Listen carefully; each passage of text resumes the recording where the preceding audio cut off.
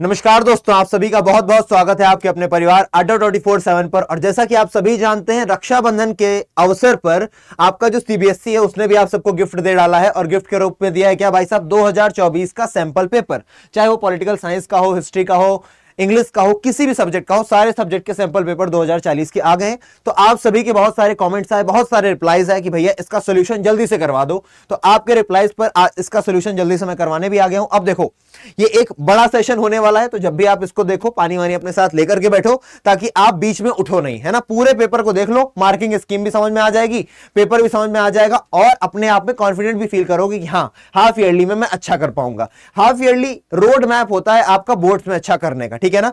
तो आज का सेशन किस पर होने वाला बेटा? इंग्लिश सैंपल पेपर 2024 का सोल्यूशन। और हमारा नाम तो आप जानते ही, आपके अपने आदित्य भैया। आप सभी का बहुत बहुत स्वागत है। चलिए स्टार्ट करते हैं। तो सबसे पहले आपको मिलते हैं जनरल इंस्ट्रक्शंस, और जनरल इंस्ट्रक्शंस में आपको क्या मिलता है? The question paper contains 3 sections. कौन कौन से सेक्शंस में आपको पेपर देना पड़ेगा? एक तो होगा भाई साहब आपका रीडिंग सेक्शन, एक सबसे पहला जो होगा वो होगा आपका रीडिंग सेक्शन। उसके बाद जिस सेक्शन से आपको डील करना है वो होगा आपका writing section, and at last आपको जिससे डील करना है वो होगा लिटरेचर सेक्शन। और सबसे ज्यादा नंबर जो कंटेन करता है वो लिटरेचर कंटेन करता है, 40 मार्क्स। हालांकि आप इस सेशन में सब कुछ देखेंगे, चाहे वो रीडिंग हो, राइटिंग हो या लिटरेचर हो, ठीक है जी। और साथ ही साथ ये भी बताते हैं, attempt questions based on specific instructions for each part. हर एक पार्ट में आपको स्पेसिफिक इंस्ट्रक्शंस दिए जाएंगे और उसी के हिसाब से आपको आंसर्स देने हैं। और बहुत ही बेसिक सी चीजें जो आप सभी को पता है कि ये 3 आवर्स का आपको टाइम मिलेगा, और साथ ही साथ जो मैक्सिमम मार्क्स होंगे वो आपके 80 होंगे, बाकी के 20 मार्क्स आपको कॉलेज से मिलेंगे, ठीक है जी। क्लियर है इतना? तो ये तो बेसिक बातें हैं, सभी ने देख रखी है, और नहीं देख रखी है तो देख लो बेटा, क्योंकि ये इंस्ट्रक्शंस इंपॉर्टेंट होते हैं। आते हैं हमारे क्वेश्चन नंबर 1 पर। जैसे कि मैंने आपको बताया, सबसे पहले आपको डील करना पड़ेगा रीडिंग सेक्शन से। तो रीडिंग सेक्शन यानी कि रीडिंग स्किल्स 22 मार्क्स का होता है, जिसमें आपके 2 पैसेजेस आते हैं। 2 पैसेजेस में से जो पहला पैसेज होता है बेटा वो 12 मार्क्स कंटेन करता है, और जो दूसरा पैसेज होता है वो 10 मार्क्स कंटेन करता है। अब ऐसा क्यों भैया? क्योंकि जो पहला पैसेज होता है बेटा वो डिस्क्रिप्टिव होता है, और जो दूसरा पैसेज होता है वो फैक्चुअल होता है। फैक्चुअल ज्यादा बड़ा नहीं होता है, थोड़ा छोटा होता है, लेकिन जो पहला वाला होता है डिस्क्रिप्टिव या फिर लिटरेरी, वो काफी बड़ा होता है और उसको पढ़ने में भी टाइम लगता है। अब आपके सामने क्वेश्चन आता है कि भैया इस तरीके के पैसेजेस को कैसे डील करें, क्योंकि हमने बहुत सारा, आप जब कराते हो तो हो जाता है, लेकिन हमें कोई ऐसा तरीका बताओ कि पैसेज अगर हमारे सामने आए तो हम उससे डरे नहीं। तो ना डरने का सबसे पहला मूल मंत्र अपने गांठ बांध लो, वो ये है कि आपको पहले क्वेश्चंस पढ़ने हैं, पैसेज नहीं। फिर से बोल रहा हूं, जब आपके सामने पैसेज आए, चाहे आज चाहे कल को एसएससी का पेपर देना, एनडीए का पेपर देना, सीएचएसएल का पेपर देना, बैंक का पेपर देना, पहले आप क्वेश्चंस पढ़िए जाकर के, उसके बाद आप मूव ऑन करिए पैसेज पर। ऐसे फायदा क्या होगा भैया, ये भी बता दीजिए। फायदा बच्चे ये होगा कि जब आप पैसेज के क्वेश्चंस पढ़ लोगे, तो जब आप पैसेज पढ़ रहे होगे ना, तो आपकी आंखें उस जगह जरूर रुकेंगी जहां पर उस क्वेश्चन से रिलेटेड आंसर दिया गया है। तो आपको समस्या नहीं होगी उसका आंसर देने में, क्योंकि आपकी आंखें पहले ही ढूंढ के निकाल लेंगी। आइए, तो पैसेज बाद में पढ़ेंगे, पहले क्वेश्चंस पढ़ जाते हैं। और बहुत ध्यान से समझने की कोशिश करना बेटा, थोड़ा सा स्पीड तेज रखेंगे वरना वीडियो बहुत लेंदी हो जाएगा। और आप भी जानते हो लेंदी वीडियोस ज्यादा बच्चे प्रेफर नहीं करते। आप लोग ही देखते हो, आप डालोगे यूट्यूब पर कि भैया सैंपल पेपर 2024, आपको जो दिखेगा आधे घंटे का आप देख लोगे, लेकिन मैं उतना छोटा भी नहीं करवा सकता, क्योंकि बेटा क्वालिटी के साथ क्वांटिटी दोनों को ही मुझे, है ना, मेंटेन करना है, दोनों का ही ब्लेंड करना है एक अच्छी तरीके से। तो फास्ट रहूंगा, लेकिन आपके जितने भी डाउट्स हो क्लियर करता चलूंगा, ठीक है। तो पहला क्वेश्चन हमारे सामने क्या आता है, बहुत ध्यान से पढ़ेंगे। पहला क्वेश्चन जो हमारी आंखों के सामने आया है वो ये है, select the opinion option that classifies Arthur's confusion. अब आर्थर कौन है? होगा कोई भी बंदा, उससे हमें फर्क नहीं पड़ता,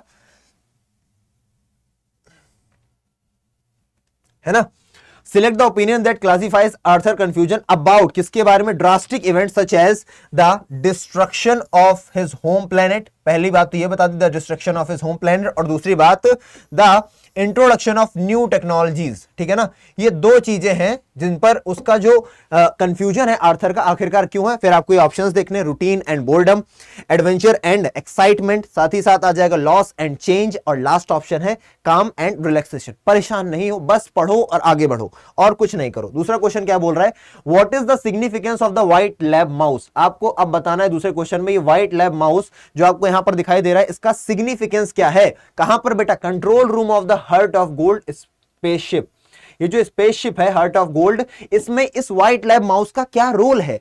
क्या वो एक कैप्टन है शिप का, वो शिप का कैप्टन है भाई साहब, या फिर है ना, शिप का कैप्टन है, या फिर it serves as the ship's computer, या फिर ये शिप का कंप्यूटर है, या फिर पेट है किसी का, या फिर यूज्ड फॉर साइंटिफिक एक्सपेरिमेंट्स। आपको जब आप पढ़ोगे पैसेज अपने आप से आंसर निकाल लोगे। आगे आते हैं, अगला क्वेश्चन बोल रहा है शेयर एविडेंस। अब आपको एविडेंस देने हैं, यानी कि आपको किस चीज के सबूत देने हैं। अब किस चीज के सबूत देने हैं, देखते हैं। आपको सबूत देना है from the text in about 40 words. अब जहां जहां ये 40 वर्ड्स 30 वर्ड्स आ जाता है, पक्का वो क्वेश्चन 2 नंबर का हो जाता है ना। ये देखो, ये 2 नंबर्स, ये 2 मार्क्स कंटेन करता है ये क्वेश्चन। तो आपको एविडेंस देना है 40 वर्ड्स में, किस चीज का बेटा, सपोर्ट द व्यू, किस चीज का सपोर्ट करना है आपको, राइटिंग स्टाइल इन डिस्क्रिप्टिव। आपको बताना है कैसे आप ये सिद्ध कर सकते हो जो ऑथर है उसकी राइटिंग स्टाइल डिस्क्रिप्टिव है, साथ ही साथ ह्यूमरस भी है। तो ये आप जब पढ़ोगे तब आप देख पाओगे। आगे बढ़ते हैं, complete the sentence appropriately with a characteristic और इट्स डिस्क्रिप्शन। अब आप ये मत सोचो कि क्वेश्चन पढ़वा रहे हैं, बेटा सबसे सही तरीका यही है। अगर मैं स्टूडेंट होता तो यही करता हूं, और आपसे यही चाहता हूं, क्योंकि आप एक होनहार स्टूडेंट हैं, तो आपका अप्रोच जो है वो लेजेंड्स का अप्रोच होनी चाहिए, वो टॉपर्स की अप्रोच होनी चाहिए।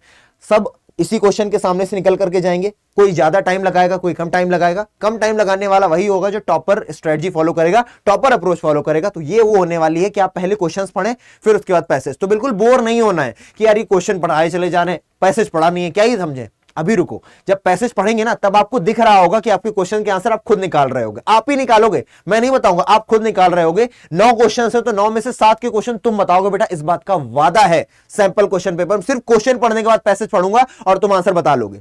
आगे आओ, complete the sentence appropriately with characteristics और इट्स डिस्क्रिप्शन। अब देखो, based on the information given in the excerpt one can infer that the mice who build the earth. अब आपको बताना है उन माइस, उन चूहों के बारे में जो क्या करते हैं, अर्थ को बनाते हैं, उनके बारे में आप क्या क्या बता सकते हो। ठीक है, जहां पर ये चूहे की बात होगी वहीं पर हम लोग रुक जाएंगे।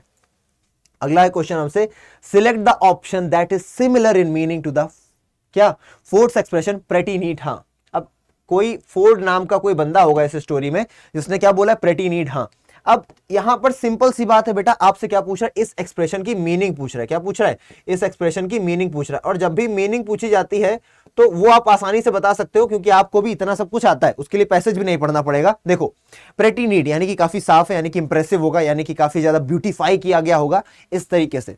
तो प्रेटी नीट यहां पर आप ये भी देखो, पॉजिटिव बात की जा रही, कैसी बात की जा रही, पॉजिटिव नोट पर बात चल रही है।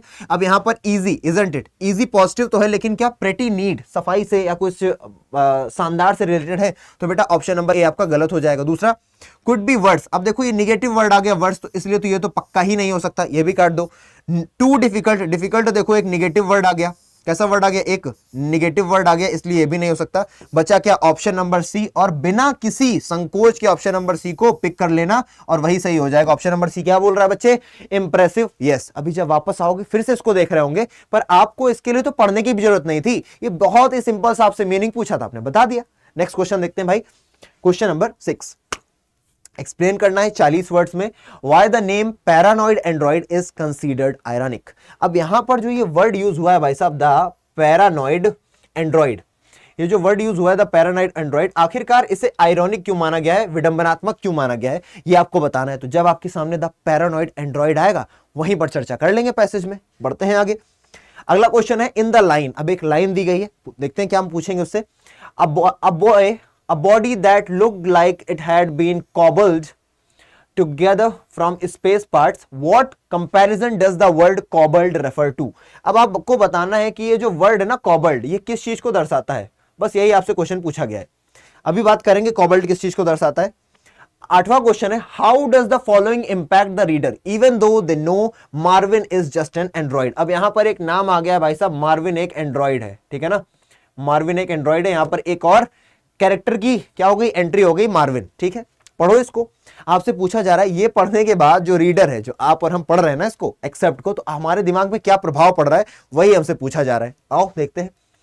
I have been waiting for, ये मार्विन कौन बोल रहा है, I have been waiting for someone to talk to me for over 2 million years, said Marvin. Marvin क्या बोल रहा है, मैं किसी से 200 सालों से, 200 मिलियन सालों से मिलने की प्रतीक्षा कर रहा हूं।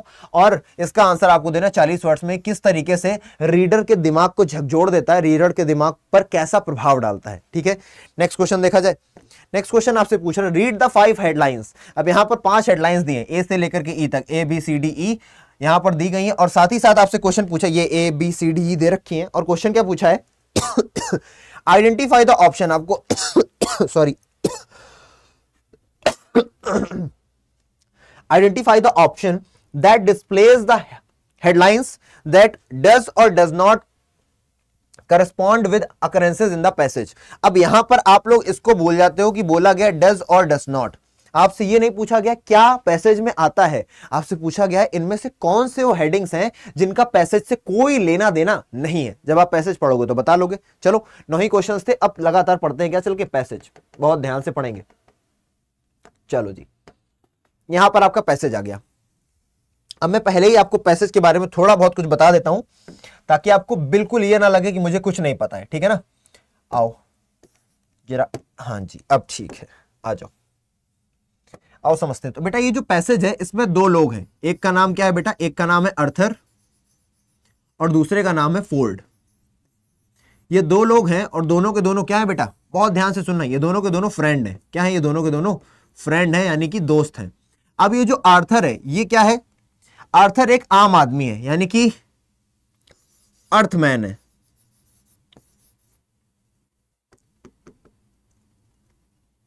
आर्थर क्या है, एक अर्थमैन है।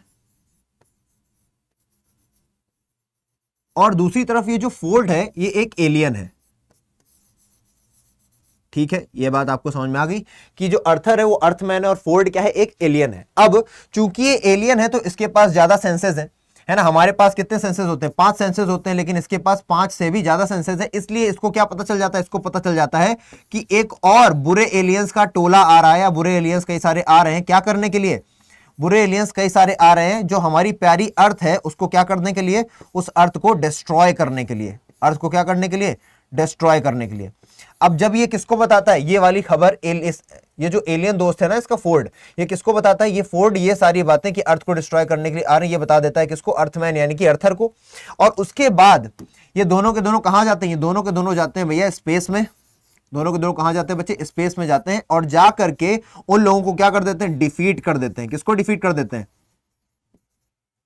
किसको डिफीट करते हैं बताओ, किसको हराते हैं, ये हरा देते हैं जाकर के उन बैड एलियंस को।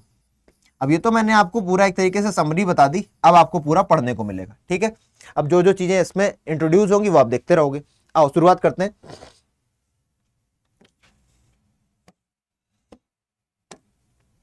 Arthur lay in his cabin still trying to piece together, है ना, still try to piece together the events of the last few hours. अभी देखो अर्थर अपने कैबिन में बैठा हुआ है ना, कहां पे, स्पेसशिप के, और क्या कर रहा है, ट्राई कर रहा है जो भी अभी पिछले घंटों में हुआ है उन सभी चीजों को अपने दिमाग में क्रोनोलॉजिकली सेट करने के लिए। तो आगे, he had watched his home planet of earth be demolished to make way for a hyperspace bypass being saved by the friend Ford and then whisked away on a ship that was powered by an infinitive improbability drive. It was all too much for him. आओ अब बात करते हैं यहां पर। देखो जी, ये अपने कैबिन में बैठा हुआ है, कौन, ये जो अर्थर है अपने कैबिन में बैठा हुआ है और सभी चीजों को क्या कर रहा है, अपने दिमाग में सोच रहा है, जो भी अभी पिछले कुछ घंटों में हुआ। पिछले कुछ घंटों में क्या हुआ, पिछले कुछ घंटों में उसको खबर मिलती है कि भैया अर्थ जो है पूरी तरीके से डिस्ट्रॉय होने वाली है, क्योंकि कुछ एलियंस है जो आ रहे हैं अर्थ को क्या करने, खत्म करने के लिए। और क्यों आ रहे हैं, वो खत्म करने के लिए इसलिए आ रहे हैं क्योंकि वो 2 गैलेक्सीज के बीच में, अगर ये गैलेक्सी 1 है और ये गैलेक्सी 2 है, तो वो 2 गैलेक्सीज के बीच में एक हाइपर स्पेस बनाना चाहते हैं, मतलब सीधा सीधा रास्ता बनाना चाहते हैं, और इन दोनों के बीच में अर्थ पड़ रही है, तो वो अर्थ को डिस्ट्रॉय करने के लिए आ रहे हैं। लेकिन ये अपने दोस्त फोर्ड के साथ जाता है स्पेसशिप में और उनको हरा करके वापस आ जाते हैं। विस्क का मतलब क्या है, विस्क का मतलब है ये लोग तेजी से जाते हैं और बहुत तेजी से वापस भी आने लग जाते हैं, ठीक है ना। टू गो समवेयर क्विकली, किसी जगह पे बहुत जल्दी से चले जाना। किस पर, शिप पर जाते हैं। जो शिप पावर कहां से पाती है, उसका सोर्स क्या है पावर का, इन्फिनिट इम्प्रोबेबिलिटी ड्राइव। आपने कई सारी मार्वल की मूवीज देखी होंगी, यानी कि आपने वो भी मूवी देखी होगी गार्डियन ऑफ द गैलेक्सी। नहीं देखी है तो कोई बात नहीं, देख लेना कभी ना कभी। तो उसमें आपको दिखाता है कि कैसे जो शिप्स होते हैं वो लगातार शून्य से जाते हैं, टाइम को चीरते हुए, यानी कि अंतरिक्ष में स्पेस को चढ़ते हुए, और किसी पर्टिकुलर पॉइंट पर पहुंच जाते हैं, लड़ाई लूड़ी करते हुए, फिर सट्टे से वापस भी आ जाते हैं। तो उसी को बोला गया है इन्फिनिट इम्प्रोबेबिलिटी ड्राइव। अभी भी नहीं समझ में आया है तो आपको समझने की जरूरत भी नहीं है, क्योंकि क्वेश्चन में इसका कोई रिलेशन नहीं है, सिवाय लास्ट वाले क्वेश्चन में आपको एक क्या मिलेगी, हेडलाइन। आगे, it was all too much for him, और ये सब उसके लिए बहुत ज्यादा था, उसको समझ में नहीं आ रहा था यार ये क्या हो रहा है आखिरकार। Just then Ford stuck his head around the door, और उसी समय जो फोर्ड था उसका सर थोड़ा सा भिड़ जाता है डोर से, यानी कि जहां पर वो स्पेसशिप में है तो एक कमरे से दूसरे जाने में डोर लगा होगा, एक कमरे को दूसरे कमरे से ज्वाइन करने के लिए, तो उसका सर लग गया होगा। फिर वो बोलता है फोर्ड हंसते हुए, थोड़ा सा मजाक करते हुए, hey earthman he said come and have a look at this. वो बुलाता है अर्थमैन, यानी कि अर्थर को फोर्ड बुलाता है, क्योंकि फोर्ड एक एलियन है। वो बुलाता है हे अर्थमैन, ओ अर्थ के प्राणी इधर आओ, मैं तुम्हें कुछ दिखाता हूं, ये देखो आकर के। Arthur stumbled after him down a corridor and into the ship's control room. अब जो अर्थर है क्या करता है, स्टम्बल करता है ना। स्टम्बल का मतलब होता है आप एकदम से लड़खड़ा के गिरने वाले होते हो, लेकिन गिरते गिरते बच जाते हो। तो स्टम्बल करते हुए यानी गिरते गिरते बचते हुए कहां पहुंच जाता है, मेन कंट्रोल रूम में पहुंच जाता है, ठीक है ना, कॉरिडोर से होते हुए। He gazed in amazement at the banks of controls and flashing lights, और वो एकदम चकाचौंध होकर गेज करता है, मतलब कि सब चीजों को एकदम निहारने लग जाता है। यार इतना सब कुछ, इतनी सारी लाइट्स, इतने सारे कंट्रोल पैनल्स। और क्या देखता है वो, और देखता है in the centre of the room was a large console covered in buttons and switches, और एकदम बीचों बीच देखता है उस मॉनिटर रूम की कि वहां पर एक लार्ज कंसोल है जहां पर खूब सारे स्विचेस हैं, खूब सारी लाइट्स हैं, खूब सारे क्या बोलते हैं टिकर्स लगे हुए हैं, ऐसा करके या इस तरीके का कुछ देखता है और बिल्कुल अमेज्ड हो जाता है। And in the middle of the console, और ये जो पूरा का पूरा कंसोल है जिसको आप कंसोल बोल रहे हो, इसके बीचों बीच क्या देखता है, इसके बीचों बीच देखता है एक सफेद चूहे को, व्हाइट माउस। अब देखो व्हाइट माउस रिलेटेड क्वेश्चन पूछा गया था, तो अब अपनी बुद्धि को थोड़ा एकदम तेज कर लेना। अब आप आंसर पाने वाले हो किसी एक क्वेश्चन का। व्हाट्स दैट आस्क्ड अर्थर, तो अर्थर ने फोर्ड से पूछा ये चूहा दिखने वाला ये क्या है ना, वो पूछ रहा है। तो अर्थर ने क्या बताया, दैट्स द शिप्स कंप्यूटर। अब आपको आंसर मिल चुका है कि वो क्या है, चूहा, शिप कंप्यूटर है, शिप का कंप्यूटर है वो चूहा। अब देखो आपके क्वेश्चन का आंसर आपको मिल गया। इसी तरीके से जब आप पैसेज के क्वेश्चंस पहले पढ़ते हो तो आपको आंसर मिल जाता है और आप जल्दी से अपने आंसर को निकाल पाते हो। That the ship's computer, Ford said. Arthur stared at the mouse, that's a computer, he said। और अर्थर उसको देखता है, कहता है क्या ये एक चूहा है, वाकई में ये एक चूहा है। कहता हाँ ये अब सेट फोर्ड 5 डायमेंशनल। वो कैसा है, 5 डायमेंशनल है, यानी कि उसमें 5 डायमेंशन है, साथ ही साथ बायोलॉजिकली बेस्ड है, सुपर इंटेलिजेंट, बहुत इंटेलिजेंट है, and in the form of white lab mouse, pretty neat. हाँ काफी ज्यादा इंप्रेसिव है ना, तो प्रेटी नीट हाँ का मतलब यहां पर क्या है, वेरी इंप्रेसिव, वेरी इंप्रेसिव। यही आपसे पूछा गया था भाई साहब कि प्रेटी नीट हाँ का क्या मतलब है। आगे बढ़ते हैं, आगे देखो, आई डोंट नो। तो अर्थर बोलता मुझे नहीं पता इंप्रेसिव है कि नहीं, मुझे तो समझ में ही नहीं आ रहा। I don't think I really understand anything any more, मुझे तो कुछ समझ में नहीं आ रहा है भाई। Why is the mouse the ship's computer, आखिरकार एक चूहा शिप का कंप्यूटर कैसे हो सकता है। It's a long story, set Ford. Set ने कहा ये एक लंबी स्टोरी है, लेकिन अगर मैं तुम्हें लॉन्ग की कहानी शॉर्ट में बताऊं तो ये समझ लो, माइस बिल्ड द अर्थ। ओके, ये क्वेश्चन में आया था, माइस बिल्ड द अर्थ, यानी कि यहां पर भी आपको बहुत ध्यान देने की जरूरत है ताकि आप आंसर को पकड़ पाओ। तो mice build the earth as a giant computer to figure out the, क्या बोल रहा है कि माइस जो थे उन्होंने बिल्ड किया था अर्थ को as a giant computer to figure out the ultimate question, क्या अल्टीमेट क्वेश्चन को फिगर आउट कर सके, of life, the universe and the everything. तो पता चला कि ये जो चूहे हैं उन्हीं ने ही इस पूरे संसार को क्या किया है, बनाया है ना। Build the earth as a giant computer, उन्होंने इस अर्थ को एक बहुत बड़ा कंप्यूटर बनाया है और लाइफ के बारे में जानने की कोशिश कर रहे हैं, यानी कि चूहों का इतना ज्यादा रोल है ना। ये फोर्ड बोल रहा है, जरूरी नहीं है अर्थ में भी चूहों का वही वोकाल हो, क्या पता जिस शिप से या जिस प्लेनेट से फोर्ड आया है वहां पर चूहों का इतना ज्यादा, समझ रहे हो, इतना ज्यादा इंटेलिजेंट हुआ करते हो, ऐसा कुछ। तो then they ran out of money, और फिर जब चूहे रैन आउट मतलब पैसों की कमी हो गई उनके पास, and had to destroy it, और फिर उन्हें क्या करना पड़ा, अपने इस मिशन को डिस्ट्रॉय करना पड़ा, अर्थ को डिस्ट्रॉय करना पड़ा, to make way for a hyper pass space, है ना, एक स्पेस बनाने के लिए hyper pass. So now they are using the Heart of Gold to finish the calculation. तो अब ये लोग इस शिप का यूज कर रहे हैं, किसका, शिप का नाम क्या है, हार्ट ऑफ गोल्ड, ताकि ये पता कर सके कि किस तरीके से लाइफ फंक्शन करती है। आगे बढ़ते हैं। Arthur was about to say something, Arthur कुछ कहने ही वाला था, तभी at the moment the ship's intercom crackled to light, उसी समय जो शिप का इंटरकॉम था उसमें से कुछ आवाज आई। क्या आवाज आई, good evening Heart of Gold, said a smooth computerised voice, this is Eddie your shipboard computer, I am feeling a bit depressed today, would you like me to sing you a song? Oh not again, groaned Ford। अब देखो, तो अभी वो कुछ बोलने ही वाला था अर्थर की, एकदम से आवाज आती, क्या आवाज आती है, good evening Heart of gold, एक स्मूथ कंप्यूटराइज्ड आवाज आती है और बताता है मैं एडी हूं, है ना, आपका कौन हूं, एडी हूं, आपका शिप बोर्ड कंप्यूटर, और मैं आज बहुत डिप्रेस्ड फील कर रहा हूं, क्या आप लोग गाना सुनना चाहेंगे। तो ग्रोन करके फोर्ड क्या बोलता है, मतलब थोड़ा गुस्से में आकर के बोलता है, ओ नॉट अगेन, मैं तुम्हारा दोबारा गाना नहीं सुनना चाहता हूं। इसका मतलब इस पॉइंट पर आपको क्या पता चला कि यहां पर क्या यूज किया जा रहा है, यहां पर यूज किया जा रहा है ह्यूमर। यहां पर इस लाइन में क्या यूज कर रहे हैं भाई साहब, ह्यूमर यूज कर रहे हैं। आपसे क्वेश्चन पूछा ना कैसे डिस्क्रिप्टिव और कैसे ह्यूमर है। अब देखो डिस्क्रिप्टिव के लिए भी देख लो, यहां पर देखो बताया था, पीछे आओ, what's Arthur said the moon, ये भी हो सकता है बाकी, हाँ ये देखो यहां से लेकर के अगर तुम देखना शुरू करते हो इस जगह से तो तुम समझ जाओगे काफी डिस्क्रिप्टिव भी है ये। In the centre of the room was a large console covered in a bottom and switches, and in the middle of the console was a small white house और white mouse। और ये चीज क्या दिखाती है कि ये जो पैसेज है वो डिस्क्रिप्टिव है, यानी कि डिस्क्राइब कर रहा है चीजों को। ठीक है, यहीं पर बताता चल रहा हूं मैं आपको। आगे बढ़ते हैं, आगे आगे चलो। Eddie would you mind shutting up said Arthur. Arthur ने क्या बोला कि एडी क्या तुम अपना मुंह बंद रखोगे थोड़ी देर के लिए, और उसके बाद वो चुप हो जाता है said Arthur. Arthur sighed and lean back against the console. और इस बार अर्थर क्या कर रहा है, वो अपना पीठ को, कंसोल जो बड़ा सा पैनल है वहां पर अपनी पीठ रख करके अपनी आंख बंदी करता है कि तभी क्या आवाज आती है, तभी आवाज आती है क्या, उसके दिमाग में एक आवाज सुनाई देती है, हेलो इट सेड, हेलो आवाज आती है। अर्थर एकदम से जंप कूद जाता है और इधर उधर देखने लग जाता है। Who is there he said, और पूछता है यहां पर कौन है। It's me said the voice Marvin. अब यहां पर एक नया कैरेक्टर की एंट्री हो रही है, मार्विन की। तो ये जो वॉइस थी क्या कहती है, ये मैं हूं मार्विन। अब Marvin said Arthur who is Marvin, तो कहता है अर्थर क्या बोलता है, मार्विन कौन, मार्विन मार्विन कौन है यहां पर, द पैरानॉइड एंड्रॉइड। ओके, ये भी आपसे क्वेश्चन पूछा गया था, द पैरानॉइड एंड्रॉइड। पैरानॉइड का मतलब क्या है बच्चे, पैरानॉइड का मतलब होता है फियरफुल, है ना।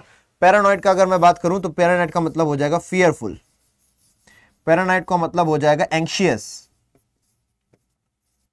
पैरानॉइड का मतलब हो जाएगा मैड, पैरानॉइड का मतलब हो जाएगा सैड, है सॉरोफुल, ये सारे वर्ड हो जाएंगे पैरानॉइड। तो मैं एक पैरानॉइड एंड्रॉइड यानी कि पैरानॉइड रोबो हूं, रोबो बोलो या रोबोट बोलो, पैरानॉइड रोबोट हूं। Said the voice. Arthur looked around but he didn't see anyone. Arthur ने इधर उधर देखा लेकिन उसे कोई भी दिखाई नहीं दिया। Where are you he said, और अर्थर ने पूछा तुम हो कहां पर आखिरकार। तो I am down here he said, उसने कहा मैं यहीं नीचे हूं। तो जब उसने नीचे की तरफ देखा, Arthur look down and saw a small metal figure shuffling across the floor. तब उसने जब नीचे देखा तो देखा कि एक स्मॉल मेटल फिगर, ऐसा है ना, शफलिंग इधर उधर चल रहा है, कहां पर, फ्लोर पर। आगे देखो, it was about 3 feet tall with a round head and a body that looked like it had been cobbled together from spare parts. और ऐसा लगता है जैसे कि उसको कॉबल किया गया, जैसे कॉबलर होता है क्या करता है। यहां पे आपसे क्वेश्चन पूछा गया ना कि कॉबल, कॉबलर जो है, कॉबल्ड जो वर्ड है किससे कंपेयर किया गया यहां पर, तो बेटा कॉबलर जो होता है, जो मोची होता है, वो क्या करता है, जूते के कई सारे क्या लेता है, जूते को बनाने के लिए चमड़ा लेता है, साथ ही कुछ कीले लेता है, साथ ही कुछ प्लास्टिक का पार्ट लेता है, और इन सबको जोड़ करके क्या बना देता है, जूता बना देता है। उसी तरीके इसको, ये जो मार्विन है ना रोबो, जिसको आप बोल रहे हो पैरानॉइड रोबो, इसको भी कई सारी चीजों को जोड़ करके, कई सारे मेटल्स को जोड़ करके बना दिया गया है। Voice was monotone. अभी आगे पढ़ते हैं। Its eyes were a red, dull red, और इसकी आंखें कैसी थी, डल रेड थी। And its voice was a monotone, और इसकी जो आवाज थी वो मोनोटोन थी। मोनोटोन यानी कि मेरा नाम आदित्य तिवारी है, मैं आप सभी को इंग्लिश पढ़ाता हूं, यानी कि एकदम टोन मोनोटोनस थी। उसमें ना तो किसी प्रकार का क्या था, जो बोलते हैं ना वॉइस मॉड्यूलेशन नहीं था, बिल्कुल एक जैसी, नीरस जिसे आप बोल सकते हो। आगे, I been waiting for someone to talk to me for over 2 million years said Marvin. ओ भाई साहब, मार्विन क्या बोल रहा है कि मैं लगभग 200 सालों से वेट कर रहा हूं, 200 मिलियन सालों से, कि किसी से बात कर सकूं। अब यहां पर क्या पता चलता है, यहां पे तुमको पता चलता है लोनलीनेस दिखाई जा रही है, अकेलापन दिखाया जा रहा है, आइसोलेशन दिखाया जा रहा है ना, दूरी दिखाई दे रही है, लैक ऑफ कम्युनिकेशन दिखाया जा रहा है इस लाइन के माध्यम से। क्योंकि हम सभी भी कभी ना कभी लैक ऑफ कम्युनिकेशन करते हैं, है ना, लोगों से दूर हो जाते हैं, थोड़ा सा अकेलेपन में चले जाते हैं, तो उससे ये रीडर के मन में उस तरीके की भावनाओं को लाएगा। ठीक है, नेक्स्ट देखते हैं। और यहां पर आप ये भी देख सकते हो कि ये जो एक्सेप्ट है कहां से लिया गया, excerpt from the Hiker's Guide to the Galaxy by Douglas Adams, और इसमें 444 वर्ड्स यूज किए गए। अब आ जाते हैं अपने क्वेश्चंस पर, जिनका आंसर आप हंसते हंसते कट जाए रास्ते की तरीके दे दोगे। अब पहला ही क्वेश्चन आपसे जब पूछा जा रहा है, पहला क्वेश्चन आपसे क्या पूछ रहे हैं कि भैया बता दो कि अर्थर का जो कंफ्यूजन था, है ना, किस चीज को लेकर के, destruction of the home planet and the introduction of new technologies correctly. तो आप कौन से ऑप्शन करेक्ट चुनोगे। तो destruction of his home planet यानी कि लॉस, है ना, अगर डिस्ट्रक्शन हो जाएगा किसी अपने होम प्लेनेट का तो बहुत ज्यादा क्या हो जाएगा, लॉस, आप चीजों को खो दोगे। और इंट्रोडक्शन ऑफ न्यू टेक्नोलॉजीज का क्या मतलब है, इंट्रोडक्शन ऑफ न्यू टेक्नोलॉजीज यानी कि अब आप परिवर्तन को क्या करोगे, अपने दरवाजे की चौखट पर आने दोगे, परिवर्तन यानी कि चेंज को। तो आंसर तो यही होना चाहिए, लॉस एंड चेंज। अब देखो पहला, रूटीन एंड बोर्डम, क्या आपने कभी ऐसा होते देखा है कि किसी की अर्थ पर रोज रोज आ रहे हो थ्रेट्स कि भैया एलियन आ रहे हैं मारने, तो रूटीन तो नहीं हो सकता, तो ऑप्शन नंबर ए तो सरासर गलत है। एडवेंचर एंड एक्साइटमेंट, भाई कोई एक्साइट तो नहीं होगा कि मेरी धरती खत्म होने वाली, मैं एक्साइटेड हूं, ये भी गलत है। ऑप्शन नंबर डी, काम एंड रिलैक्स, अगर आपको पता चले कि आपकी धरती खत्म होने वाली तो क्या आप काम रह पाओगे, रिलैक्स रह पाओगे, नहीं रह पाओगे, तो इसका मतलब इसका सही ऑप्शन क्या हो जाएगा, option number C is absolutely correct, loss and change. ये हो गया एलिमिनेशन मेथड और यहां से आपने इस तरीके से भी निकाल लोगे। नेक्स्ट क्वेश्चन देखते हैं बच्चे।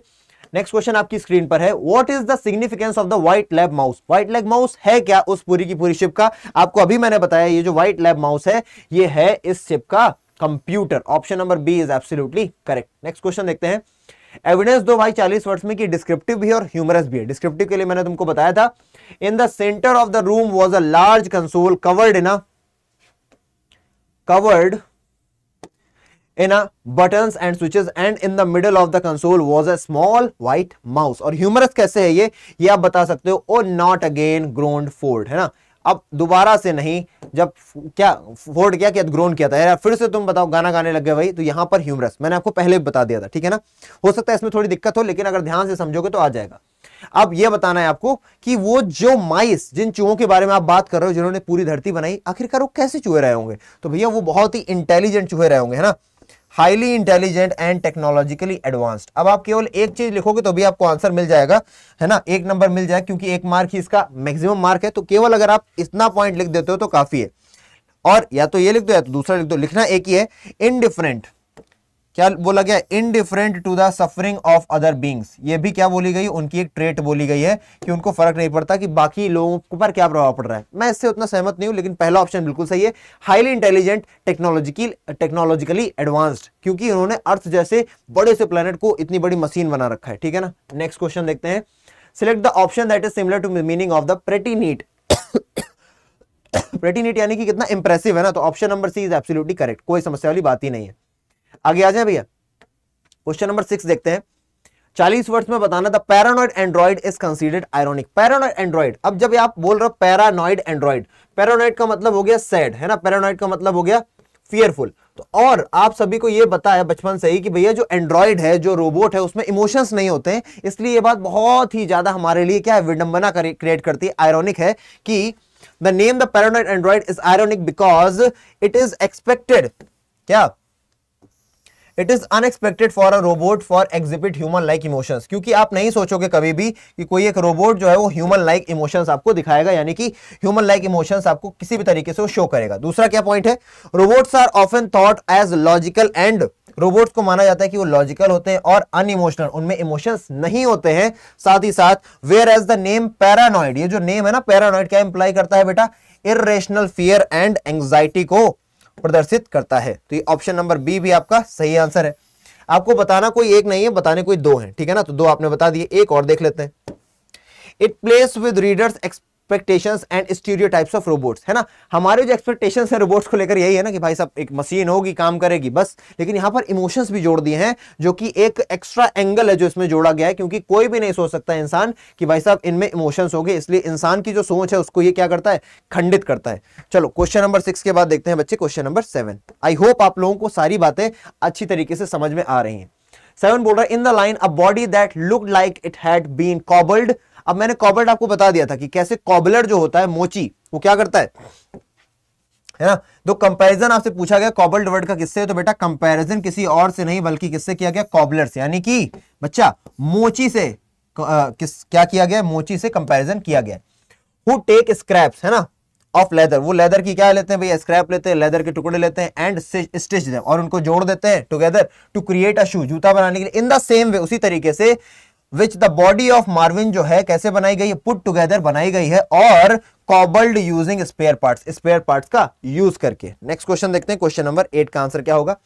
कह रहा है भैया Marvin is just an Android, है ना, ये तो आपको पता है। लेकिन अगर मैं आपको ये सेंटेंस लिखूं तो आप जो रीडर है उसके दिमाग में क्या आएगा? I have been waiting for someone to talk to me for over 2 million years said Marvin. तो आप ये तो पढ़ ही लोगे। जो इंपॉर्टेंट वर्ड है यहां पर कीवर्ड वो क्या है बच्चे? इंपॉर्टेंट कीवर्ड है लैक ऑफ कम्युनिकेशन, है ना।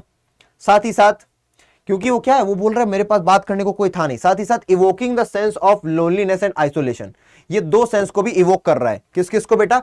सेंस ऑफ लोनलीनेस, अकेलेपन को, और आइसोलेशन को, क्योंकि हम इंसान हैं, हम भी कभी ना कभी लोनली होते हैं, तो हम इस चीज को फील कर सकते हैं। नेक्स्ट क्वेश्चन देखें भाई, क्वेश्चन नंबर 9, जो कि इस एक्सट्रैक्ट का सबसे प्यारा और लास्ट क्वेश्चन है।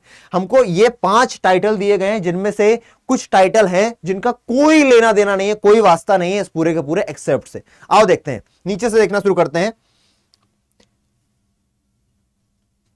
Intergalactic travel via new infinite improbability drive, तो ये तो आपने सुन रखा है भैया कि हाँ यहां पर ट्रेवल की बात भी की जाएगी। किसकी? ट्रेवल की बात भी की जाएगी, और साथ ही साथ किससे ट्रेवल की बात की जाएगी? Infinity improbability drive. इसका मतलब ऑप्शन नंबर ई बिल्कुल यूज किया गया है इसमें, इस चैप्टर में, या फिर बोल सकते हो इस एक्सेप्ट में।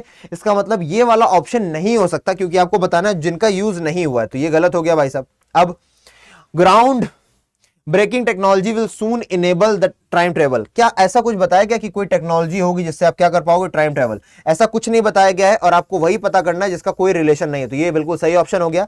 New study finds aliens living among us, क्या कोई ऐसी स्टडी की बात की एक्सेप्ट में जहां पर बता रहे हो एक ऐसी स्टडी के बारे में जहां पर एलियंस हमारे बीच पाए जाते हैं? तो ऐसी स्टडी भी नहीं है। ये जरूर पता चलता है भैया कि जो फोर्ड है वो क्या है? एक एलियन है, लेकिन ये बिल्कुल नहीं पता चलता कि भाई कोई स्टडी की गई है जिसमें पता चला है कि हमारे साथ एलियंस रहते हैं। ऐसी स्टडी का जिक्र नहीं है। बी देखते हैं, hikings through space a commercial take on the end of the world, ये बिल्कुल सही है बच्चा, है ना। ये बिल्कुल क्या है, इसका भी कोई लेना देना नहीं है इस चैप्टर से, तो option number B, hikings through space, है ना, a comical take on the end of the world. अब देखो क्यों मैंने इसको काट दिया, क्योंकि आपने भी पढ़ रखा है कि यहां पर एंड ऑफ द वर्ल्ड नहीं हुआ, उन लोगों ने अपने वर्ड को एंड होने से बचा लिया। तो बी, सी और डी तो हो गया। ए और देख लेते हैं बच्चा, ए क्या बोल रहा है भाई, आओ देखें। Humanity's journey witnessed by a depressed robot, हाँ तो ये जो ह्यूमैनिटी की जो जर्नी है किसने विटनेस की है? एक डिप्रेस्ड रोबोट ने, क्योंकि उसने भी लोनलीनेस को देखा, उसने भी क्या देखा? सेपरेशन को देखा, इसलिए ऑप्शन नंबर ए यूज किया गया है, तो ये भी आपका गलत हो जाएगा। यानी कि ऑप्शन नंबर ए और ई आपको कहां मिल जाएंगे? आपको एक्सेप्ट में मिल जाएंगे, लेकिन बी, सी, डी आपको एक्सेप्ट में नहीं मिलेंगे, इसलिए option number B is absolutely correct, B, C and D. Next देखते हैं बेटा फैक्चुअल। उससे पहले आपको मैं कुछ सिखाना चाहूंगा। अभी तक आपने 12 नंबर की तो आपने तैयारी कर ली। कितने नंबर की बेटा? आपने 12 नंबर की तो तैयारी कर ली, क्योंकि आपने एक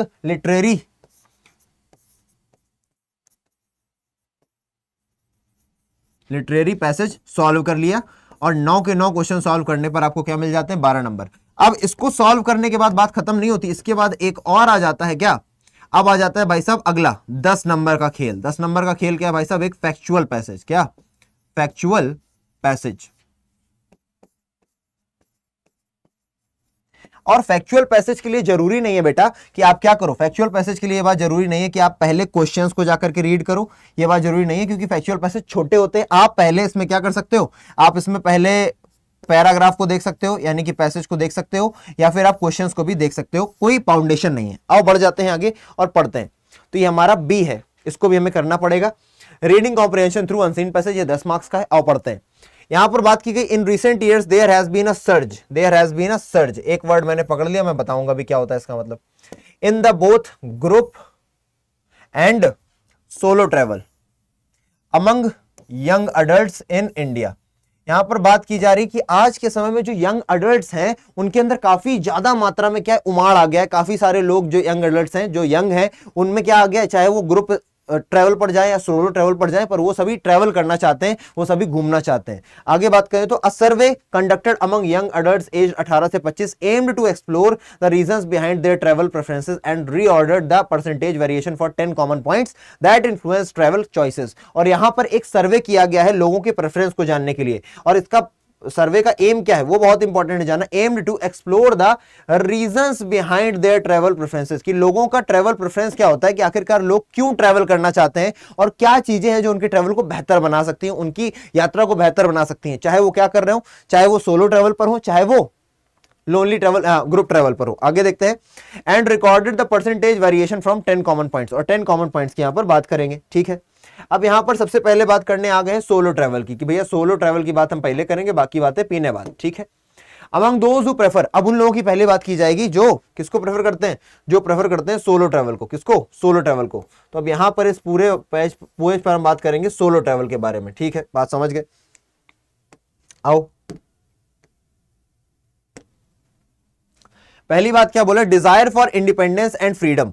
बहुत सारे जो सोलो ट्रैवलर्स हैं उनमें से 58% का क्या मानना है, उनमें से 58% लोग सोलो ट्रैवल इसलिए करते हैं क्योंकि वो क्या चाहते हैं अपने जीवन में, वो चाहते हैं इंडिपेंडेंस, वो चाहते हैं अपनी लाइफ में इंडिपेंडेंस, स्वाधीन होना और फ्रीडम। ठीक है, दूसरी बात आप करो अगर, opportunity for introspection and self discovery, है ना, opportunity for introspection and self discovery. इससे क्या पता चलता है बच्चे कि 52% जो सोलो ट्रैवलर्स हैं, अगर 100 सोलो ट्रैवलर्स हैं उनमें से 52 लोग जो सोलो ट्रैवलिंग कर रहे हैं, अकेले ट्रैवलिंग कर रहे हैं, वो इंट्रोस्पेक्ट करना चाहते हैं, अपने अंदर जानना चाहते हैं और सेल्फ इवेल्युएशन, सेल्फ डिस्कवरी करना चाहते हैं कि आखिरकार वो अंदर से हैं क्या, उनकी सच्चाई क्या है, ये जानना चाहते हैं। और तीसरी बात है, solo travellers appreciated the ability to customize their itinerary। और ये भी यहां पर एक बात की जा रही है। ठीक है, ये भी समझ लेते हैं कि जो सोलो ट्रैवलर्स हैं, अगर 100 सोलो ट्रैवलर्स हैं तो उनमें से 44 सोलो ट्रैवलर क्या चाहते हैं कि वो अपनी आइटिनरी यानी कि अपने हिसाब से चीजों को प्लान कर सकें, उनको कहां जाना है, किधर खाना है, किस होटल में रुकना है, कितना बजट उनके पास है, इन सभी चीजों को मैनेज कर सकें और अपनी इस क्वालिटी को बढ़ा सकें, हॉर्न कर सकें। इसलिए 44% लोग क्या करते हैं, अकेले ट्रैवलिंग पर जाते हैं। अच्छा ठीक है, आगे, chance to meet new people on their terms, on their own terms. और साथ ही साथ 36% लोग ऐसे हैं जो लोगों से मिलना चाहते हैं, लोगों को जानना चाहते हैं, नए लोगों को अपने टर्म पर, इसलिए वो सोलो ट्रैवलिंग करते हैं। एक बार फिर से देख लेते हैं बेटा सरसरी निगाहों से।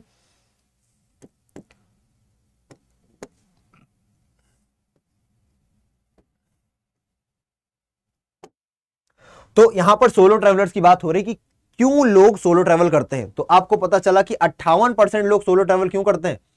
58% लोग सोलो ट्रैवल सिर्फ इसलिए करते हैं ताकि वो इंडिपेंडेंट और फ्रीडम पा सके। 52% लोग सोलो ट्रैवल इसलिए करते हैं क्योंकि वो इंट्रोस्पेक्शन करना चाहते हैं, अपने आप को अंदर से जानना चाहते हैं और अपनी सेल्फ डिस्कवरी करना चाहते हैं, अपने बारे में चीजों को एक्सप्लोर करना चाहते हैं। और तीसरी बात अगर करें तो भैया 44% लोग ऐसे हैं, कितने, 44% लोग सोलो ट्रैवलिंग इसलिए करते हैं क्योंकि वो अपनी क्या जानना चाहते हैं, आइटिनरी को जानना चाहते हैं, अपनी प्रेफरेंसेस को जानना चाहते हैं। और लास्ट में 36% लोग कैसे हैं, 36% लोग ऐसे हैं जो नए लोगों से मिलना चाहते हैं ऑन देयर ओन टर्म्स, है ना, अपने टर्म पर लोगों से मिलना चाहते हैं।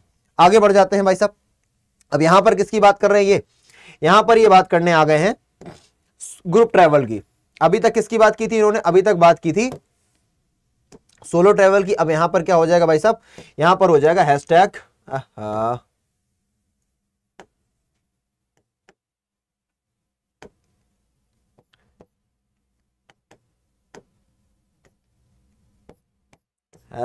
Group travel. ठीक है ना, पहले सोलो ट्रैवल की बात की, अब ग्रुप ट्रैवल की बात की। वहां 4 पॉइंट दिए थे, शायद यहां भी 4 पॉइंट देख लेते हैं अपन लोग, कितने पॉइंट यहां पर आपको मिलेंगे। आओ, तो भैया the desire for socialising and making new friends.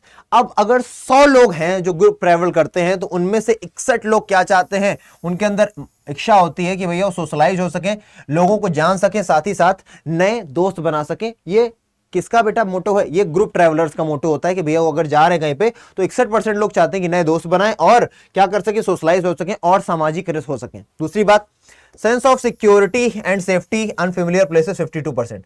52% लोग ग्रुप ट्रैवल इसलिए करते हैं क्योंकि वो सिक्योरिटी चाहते हैं कि अगर कहीं ऐसी जगह जा रहे हैं जो पहली बार जा रहे हैं तो अपने आप को सिक्योर रख सके, अपने बच्चों को, अपने भाई बहन को, सब कुछ। तो इसलिए वो कई सारे लोग साथ जाते हैं ताकि सिक्योर फील कर सके, सेफ फील कर सके। तीसरी बात, allowed for shared experience and memories with others. और साथ ही साथ 48% लोग ऐसे भी हैं, क्या 100 में से 48 लोग ऐसे भी हैं जो ग्रुप ट्रैवल इसलिए करते हैं ताकि शेयर्ड एक्सपीरियंस कर सकें और मेमोरीज बना सकें। ठीक है ना, और साथ ही साथ बेटा 38% लोग और भी हैं किस चीज के लिए, जो ग्रुप ट्रैवल एंजॉय करते हैं, जो क्या करते हैं, ग्रुप ट्रैवल को एंजॉय करते हैं for the convenience of having pre planned itineraries and organised ट्रांसपोर्टेशंस।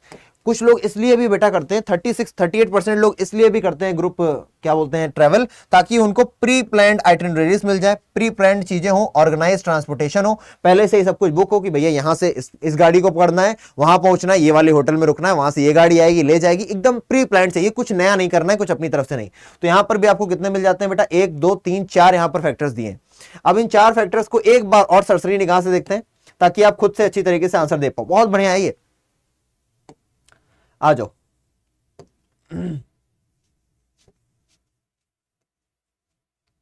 बात करते हैं तो 61% जो सोलो ट्रैवलर्स नहीं, जो 61% ग्रुप ट्रैवलर्स है, उनका एम क्या है? उनका एम है भाई साहब सोशलाइज होना। क्या होना? उनका एम है सोशलाइज होना, साथ ही साथ नए दोस्तों को बनाना। ठीक है, बात समझ में आती है। और 52% लोग ग्रुप ट्रैवल क्यों करते हैं? 52% लोग ग्रुप ट्रैवल इसलिए करते हैं क्योंकि वो चाहते हैं सिक्योरिटी एंड सेफ्टी चाहते हैं। और आगे बात करें तो भैया 48% लोग जो हैं, 48% लोग क्या हैं? 48% लोग क्या चाहते हैं कि शेयर्ड एक्सपीरियंस चाहते हैं, लोगों के साथ शेयर्ड एक्सपीरियंस, और साथ ही साथ नई मेमोरीज बनाना चाहते हैं लोगों के साथ, इसलिए वो क्या करते हैं, इसीलिए वो ग्रुप ट्रैवल करते हैं। और ग्रुप ट्रैवलर्स एंजॉयड, और उन्हीं में से 38% लोग ऐसे भी हैं जो केवल और केवल लग्जरी चाहते हैं कि भैया अपन को तो एकदम प्लान्ड चीजें चाहिए, लग्जरी चाहिए, कंफर्ट चाहिए। ठीक है, यहां पर आपने ग्रुप की बात कर ली, यहां पर भी 4 पॉइंट्स थे। अब क्या बात करेंगे भैया? Similar level. अब भाई साहब इन लोगों में सिमिलैरिटी भी होगी, किनमें किनमें सिमिलैरिटी होगी भैया? सिमिलैरिटी होगी, गोला नहीं बनाना था बाबा, सिमिलर लेवल्स ऑफ इंटरेस्ट। अब सिमिलैरिटी किन दोनों में बेटा? एक तो ग्रुप ट्रैवलर्स में, कौन कौन से ट्रैवलर्स में बेटा? एक तो ग्रुप ट्रैवल में जो ग्रुप में ट्रैवल करते हैं, और दूसरे जो सोलो ट्रैवल करते हैं, इनके बीच में सिमिलैरिटी क्या है वो भी बात कर लेते हैं। तो सिमिलैरिटी है the interest in exploring new cultures and trying new experiences. अब देखो 40% लोग जो सोलो ट्रैवल करते हैं वो क्या चाहते हैं? वो एक्सप्लोर करना चाहते हैं न्यू कल्चर को, साथ ही साथ ट्राई करना चाहते हैं नए एक्सपीरियंस को। ठीक है ना, 40% सोलो ट्रैवलर जो है वो क्या चाहते हैं भैया? वो चाहते हैं एक्सप्लोर करना नए कल्चर को और ट्राई करना चाहते हैं नए एक्सपीरियंसेस को। लेकिन वहीं पर सिर्फ 36% लोग हैं, ये भी देखो कॉमन है, 40 और 36 बहुत पास पास के हैं। यानी कि ग्रुप ट्रैवलर हो चाहे सोलो ट्रैवलर हो, वो इस चीज को बहुत मायने देते हैं, वो कल्चर को एक्सप्लोर करना चाहते हैं और ट्राई करना चाहते हैं न्यू एक्सपीरियंसेस। ठीक है, साथ ही साथ बेटा सभी के सभी अपॉर्चुनिटी चाहते हैं। किस बात की अपॉर्चुनिटी? इस चीज का मौका चाहते हैं कि उनको रिलैक्स मिल सके और वो एस्केप कर सके, भाग सके। कहां से बेटा? अपनी रोज की स्ट्रेस से, रोज की किचकिच से, रोज की डेली लाइफ से। 36% सोलो ट्रैवलर इसीलिए ट्रैवलिंग करते हैं और 32% ग्रुप ट्रैवलर्स इसीलिए ट्रैवलिंग करते हैं। तो दो इनमें सिमिलैरिटीज भी आ गई। तो यहां पर आपने क्या देखा? यहां पर आपने देख लिया भैया हैशटैग सिमिलैरिटी, हैशटैग सिमिलैरिटी।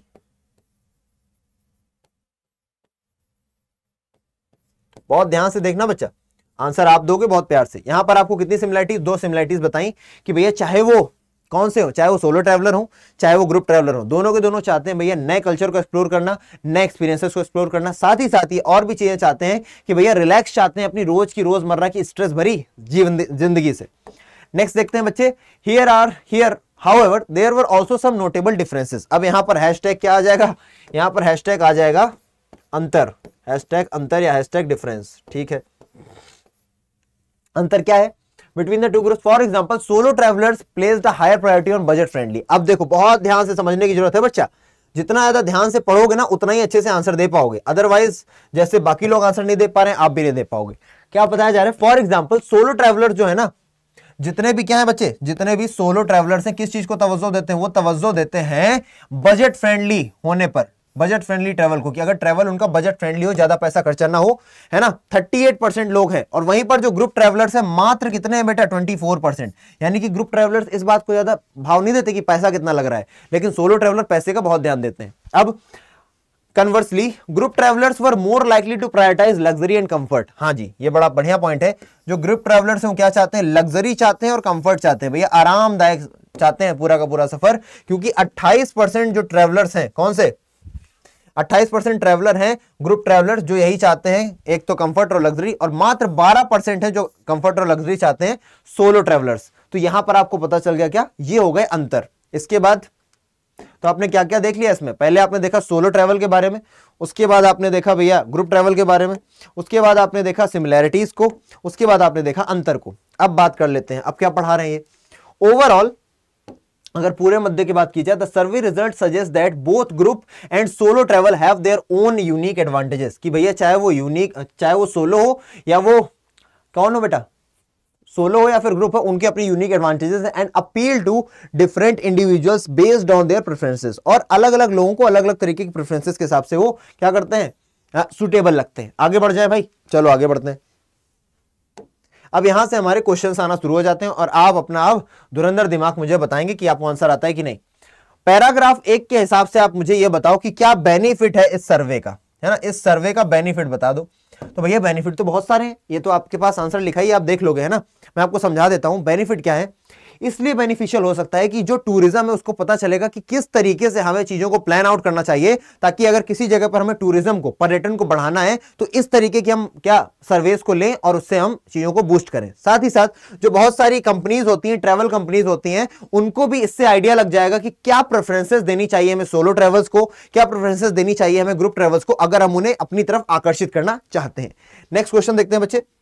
अगला क्वेश्चन पूछ रहा है, what travel choice point of the survey would influence tour operators to incorporate. अब देखो यहां पर बोल रहा है ऐसे कौन से लोग होंगे, है ना, अगर किन्हीं लोगों की ये चॉइसेस हैं, ग्रुप डिनर्स, साथ ही साथ वो सोशल इवेंट्स में भी जाना चाहते हैं, साथ ही साथ वो क्या चाहते हैं, शेयर्ड अकोमोडेशंस भी चाहते हैं, तो आखिरकार उन्होंने क्या चाहिए होगा। अगर आप किसी कंपनी में हो ट्रैवल वाली, तो आपको अगर ये पूरा का पूरा मैं लेआउट देता हूं और आपको पता चलता है एक आदमी है जो ग्रुप डिनर्स करना चाहता है, एक आदमी है जो सोशल इवेंट्स करना चाहता है, उसी सेम आदमी है, और एक आदमी है जो भैया शेयर्ड अकोमोडेशन में रहने को तैयार है, तो ये कौन आदमी होगा, ये आदमी होगा जो नए दोस्त बनाना चाहता है। तभी ग्रुप डिनर्स में जाना है, इसको लोगों से बात करेगा, तभी इसको सोशल इवेंट में जाना है, लोग मिलेंगे, वहां से उनसे क्या करेगा, इंटरेक्शन करेगा, तभी ये लोगों के साथ अकोमोडेट यानी कि रहने को भी तैयार है। तो इसका कौन सा सही ऑप्शन हो जाएगा, option number D, desire for making new friends. ये सारे के सारे रीजंस ऐसे बंदे के होंगे।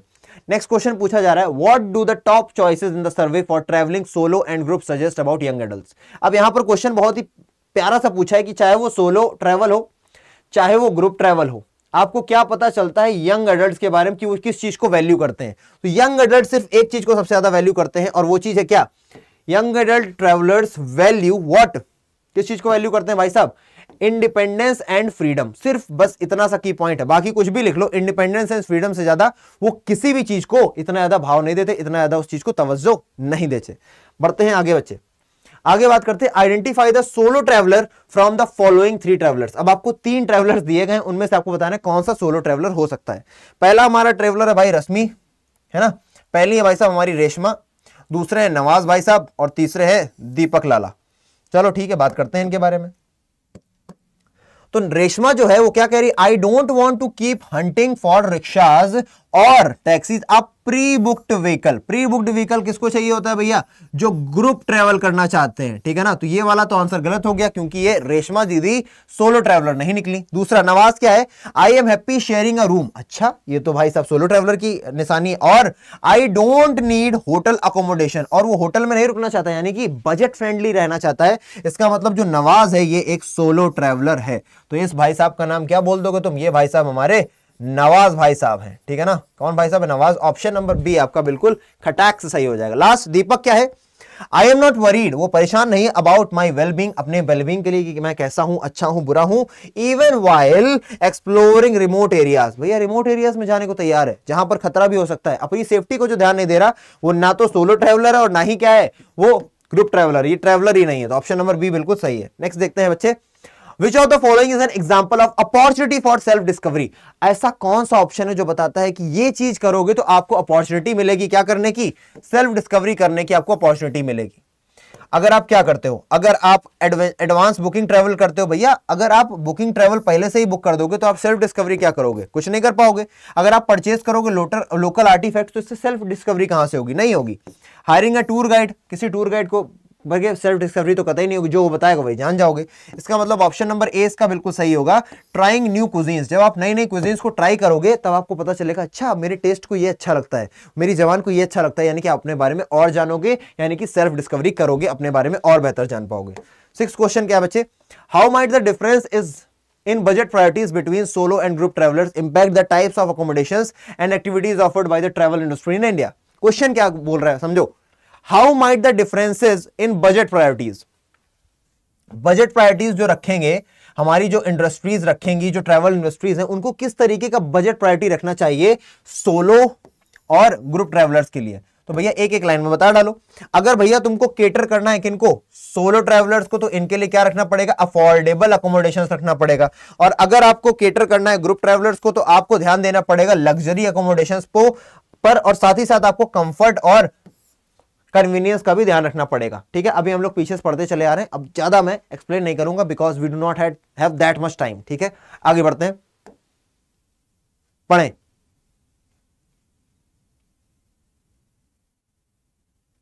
क्वेश्चन कह रहा है the similarities in the percentage of both solo and group traveller who are interested in exploring new cultures or trying new experiences may be due to. जो सिमिलैरिटीज है ना, एक्सप्लोर करना चाहते हैं लोग क्या, न्यू कल्चर को, और ट्राई करना चाहते हैं नए एक्सपीरियंसेस को, तो ऐसा क्यों है भाई साहब? ऐसा इसलिए है ताकि वो शेयर्ड डिजायर फॉर एडवेंचर, इन लोगों के अंदर क्या शेयर डिजायर, यानी कि मिली जुली एडवेंचर की डिजायर है। और आपको बताना एक ही है, मैंने यहां पर 3 आपके लिए आंसर लिखे हुए हैं। अ विलिंगनेस है ना, a willingness to step outside of their comfort zone. एक विलिंगनेस होती है लोगों के अंदर ताकि वो निकल सकें, एक स्टेप बाहर आ सकें अपने कंफर्ट जोन से। ये भी हो सकता है कि वो दूसरों के बारे में जानना चाहते हैं, अपने कंफर्ट जोन से बाहर आना चाहते हैं। और इसी तरीके थर्ड भी है। ठीक है ना, नेक्स्ट देखते हैं। जो लोग हैं भाई साहब ज्यादा क्या इंटरेस्ट कर रहे हैं, कल्चरल एक्सचेंज पर इसलिए भी, और ग्लोबल अंडरस्टैंडिंग पर इसलिए भी। वो लोग क्या चाहते हैं कि भैया वो लोग बाहर जाएं और एक्सप्लोर करें नए कल्चर को।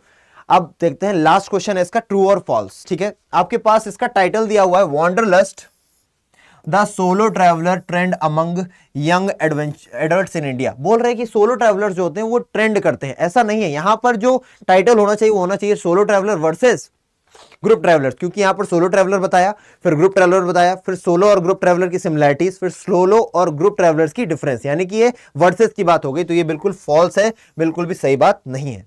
अब यहां से आपने अपने 22 नंबर की तैयारी पूरी कर ली है, और आपने 22 नंबर यहां पर कितने कर लिए पूरे, तो #22 पार हो गए आपके। ठीक है, खुश हो भाई साहब, रीडिंग स्किल्स का काम आपका हो चुका है बिल्कुल धुर्राटेदार तरीके से। ठीक है, आपको भी इसी स्पीड से काम करना है ताकि आप अच्छे मार्क्स ला सको। आगे बढ़े। अब सेक्शन बी आपका किससे रिलेट करेगा भाई साहब? सेक्शन बी आपकी बात करेगा क्रिएटिव राइटिंग स्किल्स से, और मात्र 18 नंबर आते हैं। लेकिन ये 18 नंबर पाने के लिए लाले लग जाते हैं। बच्चों को रिपोर्ट राइटिंग नहीं आती, आर्टिकल राइटिंग नहीं आती, लेटर राइटिंग नहीं आती, letter to editor with biodata नहीं आता। तो आज सीखेंगे ना, आज सीखेंगे। और अगर यहां पर कुछ रह जाता है तो बेटा सेशंस में आओ, ह्यूमैनिटीज अड्डा के सेशंस पर आओ, साइंस अड्डा के सेशंस पर आओ 7 बजे 8 बजे। और ह्यूमैनिटीज और साइंस अड्डा को क्या करो, सब्सक्राइब कर लो। आपको यहीं पर मिल जाएगी मेरी खूब सारी क्लासेस, जहां पर आपको रिपोर्ट राइटिंग, लेटर राइटिंग, इस पर बढ़िया कंटेंट मिलेगा और आप समझ पाओगे कि आखिरकार कैसे बनाने हैं आंसर्स। ठीक है, आओ इधर समझते हैं बात को। Bali high public school has recently created, अब मैं बिल्कुल नोट डाउन शुरुआत से ही कर रहा हूं। ठीक है ना, कि भैया कोई स्कूल है बाली, इसको पहले मैं थोड़ा सा पतला कर लेता हूं क्योंकि कंटेंट थोड़ा ज्यादा रहेगा।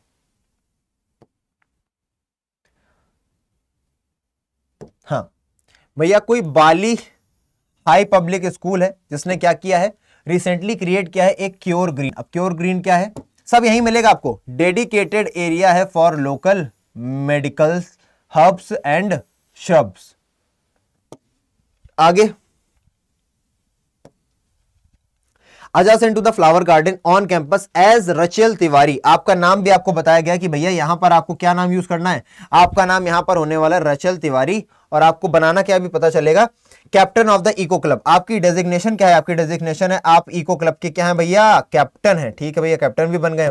और अब आपको यहां पर क्या बनानी है, एक नोटिस को ड्राफ्ट करने के लिए आपसे बोला जा रहा है। ठीक है ना, तो ये नोटिस राइटिंग की बात आ गई for the school notice board. कहां के लिए लिखनी है नोटिस, स्कूल नोटिस बोर्ड के लिए लिखनी है। ठीक है ना, हालांकि इंपॉर्टेंट नहीं, छोड़ दो। Informing students of class 12th and, अब कौन से स्टूडेंट्स की बात करनी है भैया, क्लास 11th और 12th के स्टूडेंट्स को ये बताना है। अच्छा है। About a guided walk through cure garden, क्या बताना है भैया कि एक गाइडेड वॉक होगी क्योर गार्डन की पोस्ट असेंबली। जब पोस्ट असेंबली हो जाएगी ना, जब स्कूल में वो गाया जाता है जन गण मन अधिनायक, है ना, इतनी शक्ति हमें देना दाता, मन का विश्वास कमजोर होना, हम चले नेक रस्ते पे हमसे भूल कर भी कोई भूल हो ना। ऐसे ऐसे मंत्र हमारे यहाँ, ऐसे गाने गाए जाते हैं ताकि हम लोग मोराल बूस्ट रहे। तो जब ये असेंबली हो जाती है पोस्ट असेंबली, अब ये फ्राइडे बिल्कुल आपके काम का नहीं, काम का है भैया डेट, 10 जुलाई को होना है ये काम, ठीक है। इनवाइट केयर गिवर एप्लीकेशंस, और आपको इनवाइट भी करना है लोगों को केयर गिवर एप्लीकेशंस पर, ठीक है ना, कि कौन लोग हैं जो इसकी क्योर गार्डन की क्या करना चाहते हैं, क्योर ग्रीन की सही तरीके से सेवा करना चाहते हैं, यानी कि ध्यान देना चाहते हैं। अब आपको रिपोर्ट बनानी है, आपके पास सब कुछ तो है, इसका देखो फॉर्मेट क्या है, फॉर्मेट में ही आपको सब कुछ दिख जाएगा, आ जाओ फॉर्मेट में ही सब कुछ दिख जाएगा। अब name of the organisation, name of the organisation क्या हो गया भैया, बाली हाई पब्लिक स्कूल, लिख दो यहां पे, पूरा नहीं लिखूंगा टाइम नहीं बेटा, बाली हाई पब्लिक स्कूल, बीचम बीच लिख देना यहीं पर, ठीक है, लिख दिया। नोटिस अपने आप में बड़ा बड़ा लिखना, डेट लिखनी है तुमको, तुमको पता है बेटा 10 जुलाई को कार्यक्रम होने वाला है, तो 10 जुलाई को अगर कार्यक्रम है तो तुम कुछ दिनों पहले नोटिस जारी करोगे ना, तो नोटिस जारी कर दो भैया, 10 जुलाई की बात है तो तुम कर दो भैया 2 जुलाई को, कि भैया 2 जुलाई को हम नोटिस जारी करते हैं, ठीक है। उसके बाद हेडिंग क्या होगी, हेडिंग देख लो बीचम बीच पढ़ने वाली, क्योर गार्डन, आगे dedicated area for local medicine, यहां पर डाल दो भैया अपनी हेडिंग, क्या डाल दोगे, क्योर गार्डन, क्या नाम क्या है इसका, क्योर गार्डन नाम है, क्योर ग्रीन नाम है, क्योर ग्रीन, क्योर ग्रीन इतना भी चलेगा, और साथ ही साथ अगर इतना जोड़ दिया तो मेरे हिसाब से और अच्छा हो जाएगा, क्योर ग्रीन, आगे dedicated area for medicine, dedicated area for local medicine, अभी आप समझ रहे हो मैं जो बोल रहा हूं, है ना, dedicated area for local medicine, simple है, ऐसे मत लिखना, पूरा लिखना तुम, ठीक कोई डिटेल्स दे दो भैया, कब होने वाला है, तो कब होने वाला है भैया, डिटेल्स आपको पता है 10 जुलाई को होने वाला है। टाइम क्या होगा भैया, हम सभी को पता है भैया पोस्ट असेंबली होगा, ये भी आपको पता है, ठीक है। ड्यूरेशन कितनी रहेगी बता देना अपने हिसाब से, कि भैया पता चले 20 मिनट या 30 मिनट तक होगा। क्या होगा भैया, प्लेस क्या होगा, तो भैया एकदम जस्ट अडजासेंट, किसके भैया, फ्लावर गार्डन के अडजासेंट है, फ्लावर गार्डन के बगल में, फ्लावर गार्डन के बगल में, ठीक है ना। और वेन्यू क्या होने वाला है, वेन्यू आपका कॉलेज ही होने वाला है। फिर सिग्नेचर कर देना भाई साहब, नेम डाल देना यहाँ पर, क्या, रचल तिवारी आरटी, नाम लिख देना, डेजिग्नेशन लिख देना कि भैया कैप्टन ऑफ, चाहे कि अभी तुम कैप्टन हो, यहीं पर दिया गया भैया captain of the eco club, captain of eco club, ये बन के तैयार हो गई भैया। क्या क्या नया चाहिए इसमें, कुछ नहीं चाहिए, बस तुमको ये खाका पता होगी भैया इस तरीके से बनता है डब्बा बना करके, दैट्स इट, सिंपल, राइट। अब अगर कॉन्टेक्ट की बात करोगे कि भैया इसमें किस तरीके से लिखना है, तो ये भी दिखा देते हैं हम आपको क्या क्या रहना चाहिए। तो भैया करेक्ट फॉर्मेट रहना चाहिए, जैसा कि आपको अभी जस्ट बताया गया, यही फॉर्मेट आपको यूज करना है, ठीक है। हालांकि मैंने आपको पूरा आंसर ही दे दिया है, तो अब ज्यादा मुझे बताने की जरूरत है नहीं। ड्राइंग अटेंशन कि भैया किसके ऊपर, क्लास 12, क्लास 11 और 12 का अटेंशन आपको ग्रैब करना है ना। Monitoring the mentioning the event, साथ ही साथ डिटेल क्या दोगे, डीटीवी, यानी कि डेट बताओ, टाइम बताओ, वेन्यू बताओ, और साथ ही साथ आपको इनवाइट भी करना है ना एप्लीकेशंस का, जो क्योर गिवर बनना चाहते हैं, कि भैया जो इसका ध्यान रखना चाहते हैं क्योर ग्रीन का, and line with reference to the undersigned, और भैया साइन करके निकल लो, आगे आओ। दूसरा पूछा जा रहा है क्रिएटिव राइटिंग स्किल में, इसमें भी आपको नोटिस ही ड्राफ्ट करनी है, तो नोटिस अभी मैंने समझा दी, आगे बढ़ जाओ, ठीक है। इसको भी इस तरीके से आप बना लोगे, कोई दिक्कत वाली बात नहीं है। आगे आते हैं, फिर आपसे क्वेश्चन नंबर 4 क्या बोल रहा है, अटेम्प्ट एनीवन, यहां पर आपको इन्विटेशन पढ़ना है। अब फिर से एक एक डिटेल पढ़ जाओगे तो धुराटे काट पाओगे। डिटेल का, you are the student head, आप क्या हो, आपको बता दिया गया, you are the student head cultural affairs, ठीक है। कहां पर हो भैया, एमके सीनियर सेकेंडरी स्कूल के हो, ठीक है, ये भी समझ में आ गया। Your school is organising a 2 day yoga camp, आपका स्कूल क्या कर रहा है, 2 दिन का योगा कैंप ऑर्गेनाइज कर रहा है, ठीक है। किस लिए ऑर्गेनाइज कर रहा है, वीकेंड पर ऑर्गेनाइज कर रहा है, कब, वीकेंड पर, ठीक है, ये भी समझ में आ गई बात। फॉर पेरेंट्स, किसके लिए किया जा रहा है, parents for the school students, जो स्कूल के स्टूडेंट्स हैं उनके पेरेंट्स के लिए। क्रिएट एन इनविटेशन, अब आपको क्या क्रिएट करनी है, एक इनविटेशन क्रिएट करनी है ना। Inviting the school parents for the yoga camp, जो स्कूल के स्टूडेंट्स हैं उनके पेरेंट्स को भेजना है आपको योगा कैंप के लिए, भैया आओ कैंप पर आओ और आके योगा करो। Share information about the camp organisation, और क्या करो भैया, इन्फॉर्मेशन को शेयर करो कि आखिरकार क्या क्या होगा, है ना, कैंप ऑर्गेनाइजेशन में। And include other necessary details, और अगर कोई नेसेसरी डिटेल्स है उनको इंक्लूड करो। ये जितनी चीजों को मैंने डब्बा बनाया, यही आपके पूरे के पूरे किसमें आ जाएंगी, इनविटेशन में आ जाएंगी, झलकेंगी, आओ देखते हैं। तो भैया ये होने वाला है आपका फॉर्मेट। फॉर्मेट में आप सबसे पहले नेम ऑफ द होस्ट, तो भैया होस्ट कौन है, होस्ट का नाम डाल देना एमके सीनियर सेकेंडरी स्कूल, ठीक है ना। क्या कर दोगे यहां पर, एमके सीनियर सेकेंडरी स्कूल, फिर लिखवाओगे तुम हमसे एमके सीनियर सेकेंडरी स्कूल, ठीक है, यहां लिख देना। अब फॉर्मल स्टैंडर्ड एक्सप्रेशन बता देना, है ना, that we are cordially inviting you, इस तरीके से शुरुआत करके, ठीक है। वापस आओ, पर्पस ऑफ इनविटेशन बता देना भैया, पर्पस ऑफ इनविटेशन क्या है भैया, कि 2 डे योगा कैंप है और साथ ही साथ पर्पस बता देना कि भैया हम लोग अपने बच्चों का ध्यान देते हो और आप लोग अपना ध्यान नहीं दे पाते, इसलिए योगा कैंप रखा जा रहा है। ये हो गया पर्पस आपका। साथ ही साथ डेट और टाइम और इवेंट बता दो। तो भैया डेट आपको यहाँ नहीं दी गई तो कोई भी डेट डाल दो, और उसी के साथ साथ ये भी बता दो कि भैया 2 दिन का होगा। टाइम ऑफ इवेंट क्या है, टाइम बता देना कि भैया 10 बजे 11 बजे। अब इसमें नहीं दिया तो कुछ भी बताओ भैया, अपने हिसाब से बना लो। वेन्यू क्या होगा, वेन्यू आपका स्कूल ही होगा, ठीक है ना, स्कूल में ही आना है आपको। कहां पर आना है, एमके सीनियर सेकेंडरी स्कूल में आना है, ठीक है, कोई समस्या नहीं है। आगे क्या बोल रहे हैं, name of the special guest, अगर कोई स्पेशल गेस्ट है उसको डाल दो। RSVP, respond if it is please, है ना। इससे क्या पता चलता है RSVP से कि अगर कोई लोग आ रहे हैं तो रिस्पॉन्ड करेंगे तो पता चल जाए कितने संख्या में लोग आएंगे। कॉन्टेक्ट डिटेल दे दो अपनी, यहां पर तो तुम्हें बताया नहीं तुम कौन हो, बस इतना बताया स्टूडेंट हेड कल्चरल अफेयर्स। तो भैया पहले अपना नाम वाम लिख दो और बता दो कि भैया आई एम ए स्टूडेंट, है ना, जो भी आपको बताया। स्टूडेंट क्या है भाई, ये स्टूडेंट हेड कल्चरल अफेयर, ठीक है, बात यहां पर आ जाती है, खत्म। आगे बढ़ते हैं, ये पूरा रहेगा। फॉर्मल इनवाइट में क्या क्या चीजें रहने वाली हैं थोड़ा डिटेल में देख लो अब आकर के। तो भैया a single sentence presentation in third person, and line punctuation skip, छोड़ो इसको। Use simple present tense, simple present tense में लिखोगे सरल रहेगा।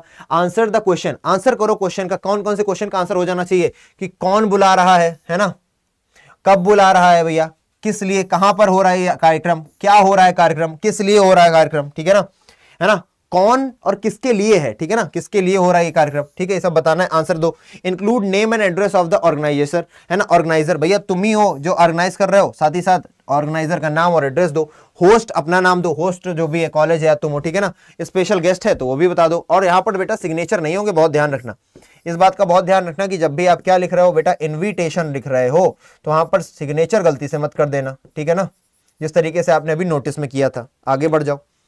आगे अब आपसे और फिर से पूछ रहा भैया रिप्लाई करो, तो बेटा एकदम इनफॉर्मल रिप्लाई का ये तरीका रहेगा। आगे देखते हैं भैया आप क्या बोल रहे हैं। आप attempt any one of the two in about 120 to 150 words.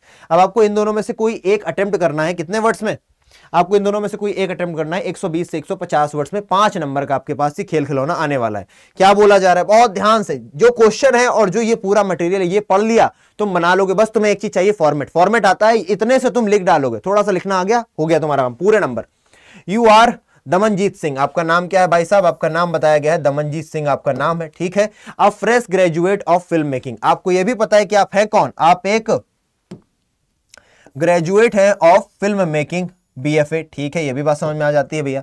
From JTI Chandigarh, ये भी बात जान लो, कहां से हो, चंडीगढ़ से हो, ओके जी। आगे you saw the given advertisement, आप ये वाला एडवर्टीजमेंट देखते हो, अभी दिखाएंगे क्या है भाई, है ना, न्यूज़पेपर में, and wish to apply for, और आप क्या करना चाहते हो, अप्लाई करना चाहते हो इसके लिए, तो लेटर लिखना पड़ेगा भाई साहब, है ना, इस पोजीशन को अप्लाई करना चाहते हो। The position advertised, write a letter to Millie Joner, है ना, आपको एक लेटर लिखना है किसको, मिली जौहर आर्ट्स। मिली जौहर आर्ट देखो यहां पर लिखा हुआ है ना, मिली जौहर आर्ट्स, इनको आपको एक लेटर लिखना है, ठीक है, समझ में आ गई बात। आगे अलोंग विद योर बायोडाटा, और इसको मत भूल जाना कि आपको अपना बायोडाटा भी उसमें इंक्लूड करना पड़ेगा, आपका है ना, expressing your interest in the advertisement post, आपको ये दिखाना है कि आप वाकई में कितना इंटरेस्टेड हो इस एडवर्टीजमेंट पोस्ट में, ठीक है। अब यहां पर देखो किसके लिए लिखना है, मिली जॉनर आर्ट्स, आपको क्या मिलेगा, असिस्टेंट डायरेक्टर्स वांट। अब आपको यह भी पता चल गया कि आखिरकार किस पोस्ट के लिए आप अप्लाई कर रहे हो, असिस्टेंट डायरेक्टर के लिए। किसके लिए, असिस्टेंट डायरेक्टर के लिए। आपकी पोस्ट क्या रहने वाली भैया, असिस्टेंट डायरेक्टर की पोस्ट रहने वाली। वांटेड फॉर फीचर फिल्म, है ना, opportunity for aspiring assistant directors. Who do we want, किसको हम चाहते हैं बेटा, तो जो फ्रेशर्स हैं, एक्सपीरियंस्ड हैं, बोथ वेलकम, है ना, तो आप तो भैया फ्रेशर हो तो बस ठीक है, आपका यहां पर बात खत्म हो जाती है। रिक्वायर क्या भैया, डिग्री चाहिए डिप्लोमा फिल्म मेकिंग में, तो भैया ये तुम्हें अपने बायोडाटा में देनी ही पड़ेगी कि भैया आपके पास डिग्री है, और आपको पता भी चल गया है कि आपके पास कौन सी डिग्री है, graduate of film making BFA JTTI Chandigarh, ठीक है। आगे स्किल्स कौन कौन सी चाहिए, आपको स्किल्स चाहिए भैया कि आप कैमरा हैंडलिंग करना जानते हो, आप फंक्शनल नॉलेज रखते हो मराठी लैंग्वेज का, आप एक्सपीरियंस, है ना, एकदम एक्सेप्शनल कम्युनिकेशनल स्किल्स होनी चाहिए, और एबिलिटी टू मल्टीटास्क, कई सारे काम एक साथ करने आने चाहिए। और आपको भेजना कहां पर है, please send your resume to the Johar house official. अब आपको ये क्या दे दिया गया है, ये आपको इस जगह पर दे दिया गया है कि कहां पर आपको भेजना है, क्या बता दिया गया है कि कहां पर आपको अपने रिप्लाई भेजने हैं, द जौहर हाउस, ये आपको एड्रेस बता दिया कि भैया इस एड्रेस पर लिख दो लेटर। तो बस सिंपल सा है, लेटर का फॉर्मेट देख लो, काम हो जाएगा तुम्हारा। लेटर का फॉर्मेट क्या होगा, फॉर्मल का, पहले सेंडर का एड्रेस पड़ेगा, सेंडर का एड्रेस बोले तो तुम्हारा धर्मजीत का, है ना भैया, किसको भेज रहे हो, सेंडर, समझ रहे हो, उसका एड्रेस पड़ेगा।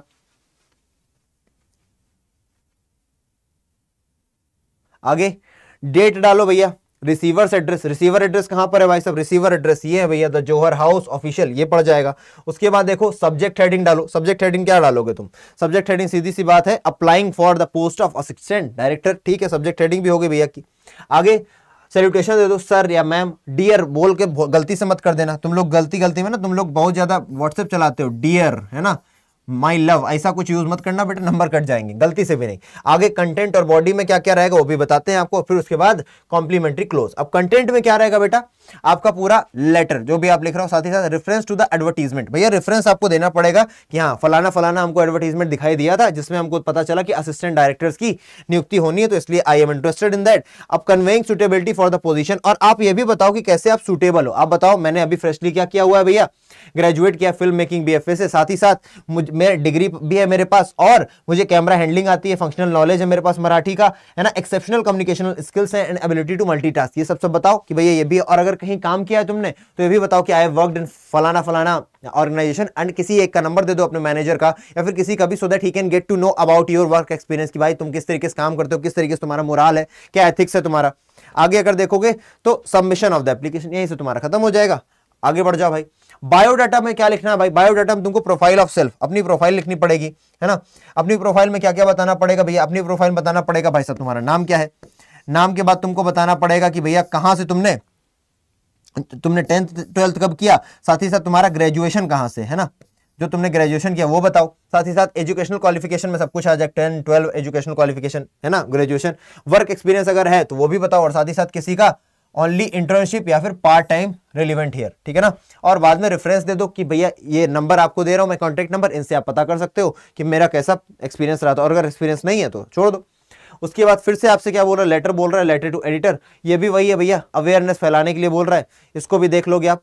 और अगर किसी प्रकार के लेटर में दिक्कत होती है बेटा तो आप लोग जरूर आइए, किसमें, आप लोग जरूर आइए हमारे सेशंस में, जब मैं आपको पढ़ाता हूं ये सारी की सारी चीजें, ठीक है, उसमें भी सेम बिल्कुल फॉलो होगा, बस आपको इन चीजों का ध्यान रखना पड़ेगा कंटेंट में, क्योंकि आपसे जो बोला जा रहा है ना, अगर आपसे बोला जा रहा है कि भैया आपको बताना है spread awareness, rules and etiquettes involved, the ways ensure adherence, use the given cues. अब किस चीज के लिए बात यहां की जा रही है, despite being an essential component of road safety, तो भैया ये पूरा का पूरा रोड सेफ्टी के ऊपर है ना। तो इन सभी चीजों को ध्यान में रखते हुए जो भी आपको क्लूज दिए गए हैं, आपको उसके ऊपर इतने सारे पॉइंट्स लिख दोगे, बनाने पड़ेंगे, मतलब इस पर आपको कुछ ना कुछ लिखना रहेगा, क्योंकि 120 से 150 वर्ड है, तब आपको 5 नंबर मिलेंगे, ठीक है ना।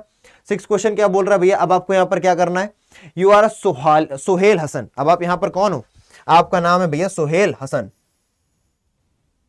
ठीक है, सोहेल हसन, हाँ हो गया आपका नाम। आगे आओ, क्लास 12th बी के हो आप, किस क्लास के हो आप, 12th बी के हो, ये भी आपने मार्क डाउन कर लिया कि भैया हमारी क्लास कौन सी है, 12th बी है, ठीक। आगे आर्टिकल लिखना है आपको, यहां पर क्या लिखना है, एक आर्टिकल लिखना है फॉर योर स्कूल मैगजीन, आपको अपनी स्कूल मैगजीन के लिए क्या लिखना है, यहां पर एक आर्टिकल लिखना है, ठीक है। Sharing the importance of young adults, क्या दिखाने के लिए, importance of young adults as volunteers in one's local community, किस तरीके से जो आज के यंग अडल्ट्स हैं वॉलंटियर कर सकते हैं अपनी लोकल कम्युनिटी में, और the need to do so and the benefits involve, कि क्यों ये नीड है कि भैया जो आजकल के यंग है वो अपनी कम्युनिटी में काम करें और वॉलंटियर करें अपने लोकल कम्युनिटी में, साथ ही साथ उसके बेनिफिट्स क्या होने वाले हैं। And use the clues, clues क्या दिए भैया, क्लूज आपको इस तरीके से दे रखे हैं, पकड़ के बताते हैं आपको एक एक।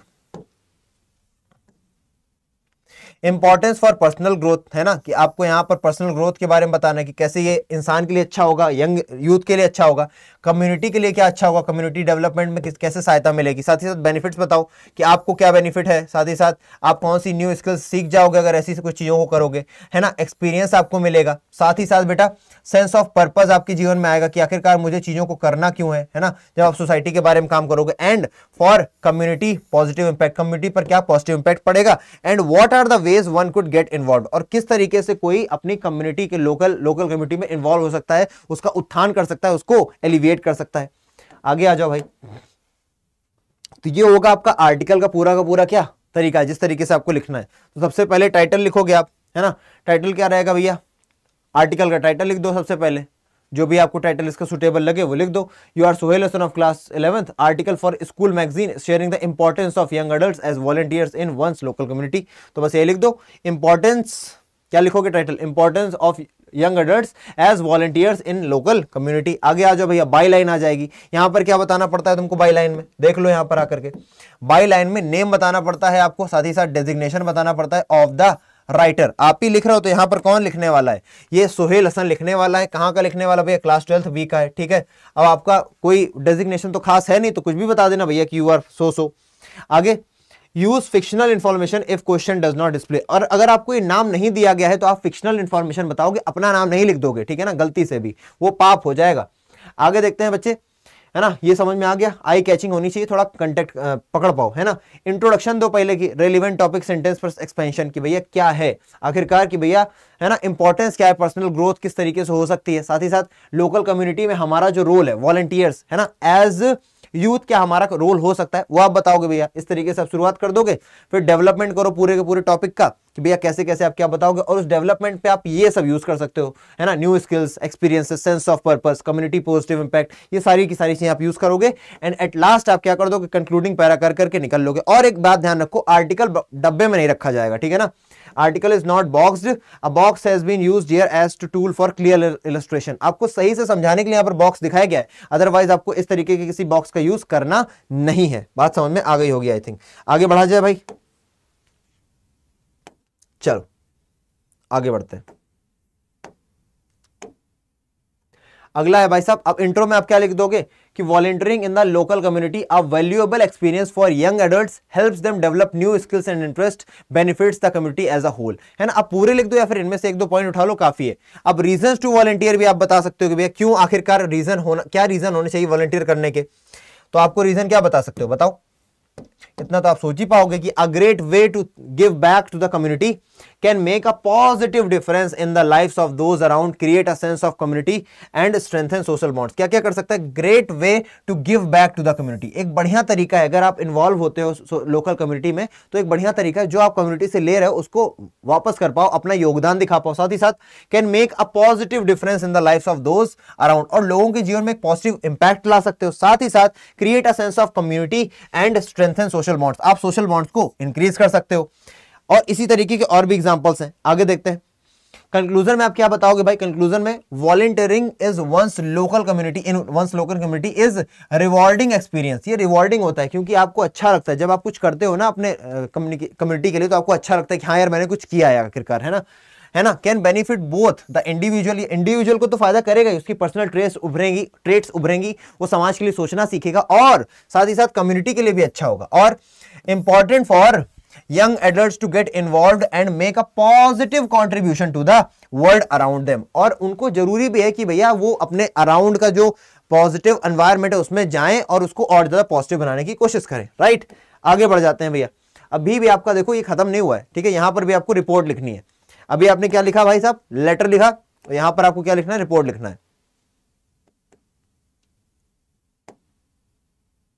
आर्टिकल राइटिंग के बाद आ गई आपकी रिपोर्ट राइटिंग। चलो रिपोर्ट राइटिंग भी देख लेते हैं। अल्टीमेटली आपको बेटा इसका ये देखना है फॉर्मेट क्या है, बाकी आंसर अभी जब आपके पेपर्स आएंगे ना बोर्ड्स, तो एक एक कई सारे आपको प्रैक्टिस करवाई जाएगी, उसकी चिंता मत करो। ये वीडियो बहुत लंबा ना हो जाए इसलिए मैं थोड़ा सा कट शॉर्ट कर रहा हूं, बाकी आपको मैं फॉर्मेट बताता चल रहा हूं, ठीक है ना। सो जस्ट डोंट वरी, आपको बताया सब कुछ जाएगा। ये एक सैंपल पेपर है जिसमें मैं आपको दिखा रहा हूं कि आपके पेपर में ये आएगा, इस तरीके से मार्क्स होंगे और आप कैसे इसको सॉल्व कर रहे होंगे, ठीक है ना। चलो, क्योंकि ये तो आने नहीं वाला है सेम टू सेम, ये आपको जरूर पता होना चाहिए फॉर्मेट क्या है। फॉर्मेट इज द की बेटा, ये सेम क्वेश्चन तो नहीं पूछे जाएंगे ना, क्वेश्चन वो पूछे जाएंगे जो नए होंगे। फॉर्मेट पता है तो उनका आंसर दे पाओगे, और अगर इनको मैं टाप दूं, बता दूं इनके आंसर, तो कोई मतलब नहीं है। फॉर्मेट बता दिया तो बस आपका भला है। The RWA resident welfare association, अब पकड़ना फिर से शुरू करो, एक एक चीज भैया पकड़नी पड़ेगी तुमको। यहां पर RWA है भैया, रेसिडेंट वेलफेयर एसोसिएशन, कहां पर है ये है तुम्हारी नंदीपुरा 2 में। आगे, launched a volunteer program for the young adults in and around the neighbourhood, है ना। क्या इन्होंने किया भैया, वॉलंटियर प्रोग्राम किया for the young adults in around the neighbourhood, ठीक है ना। ऑन 18 जनवरी 2023, कौन सी तारीख है भैया, 18 जनवरी 2023, ठीक है। एज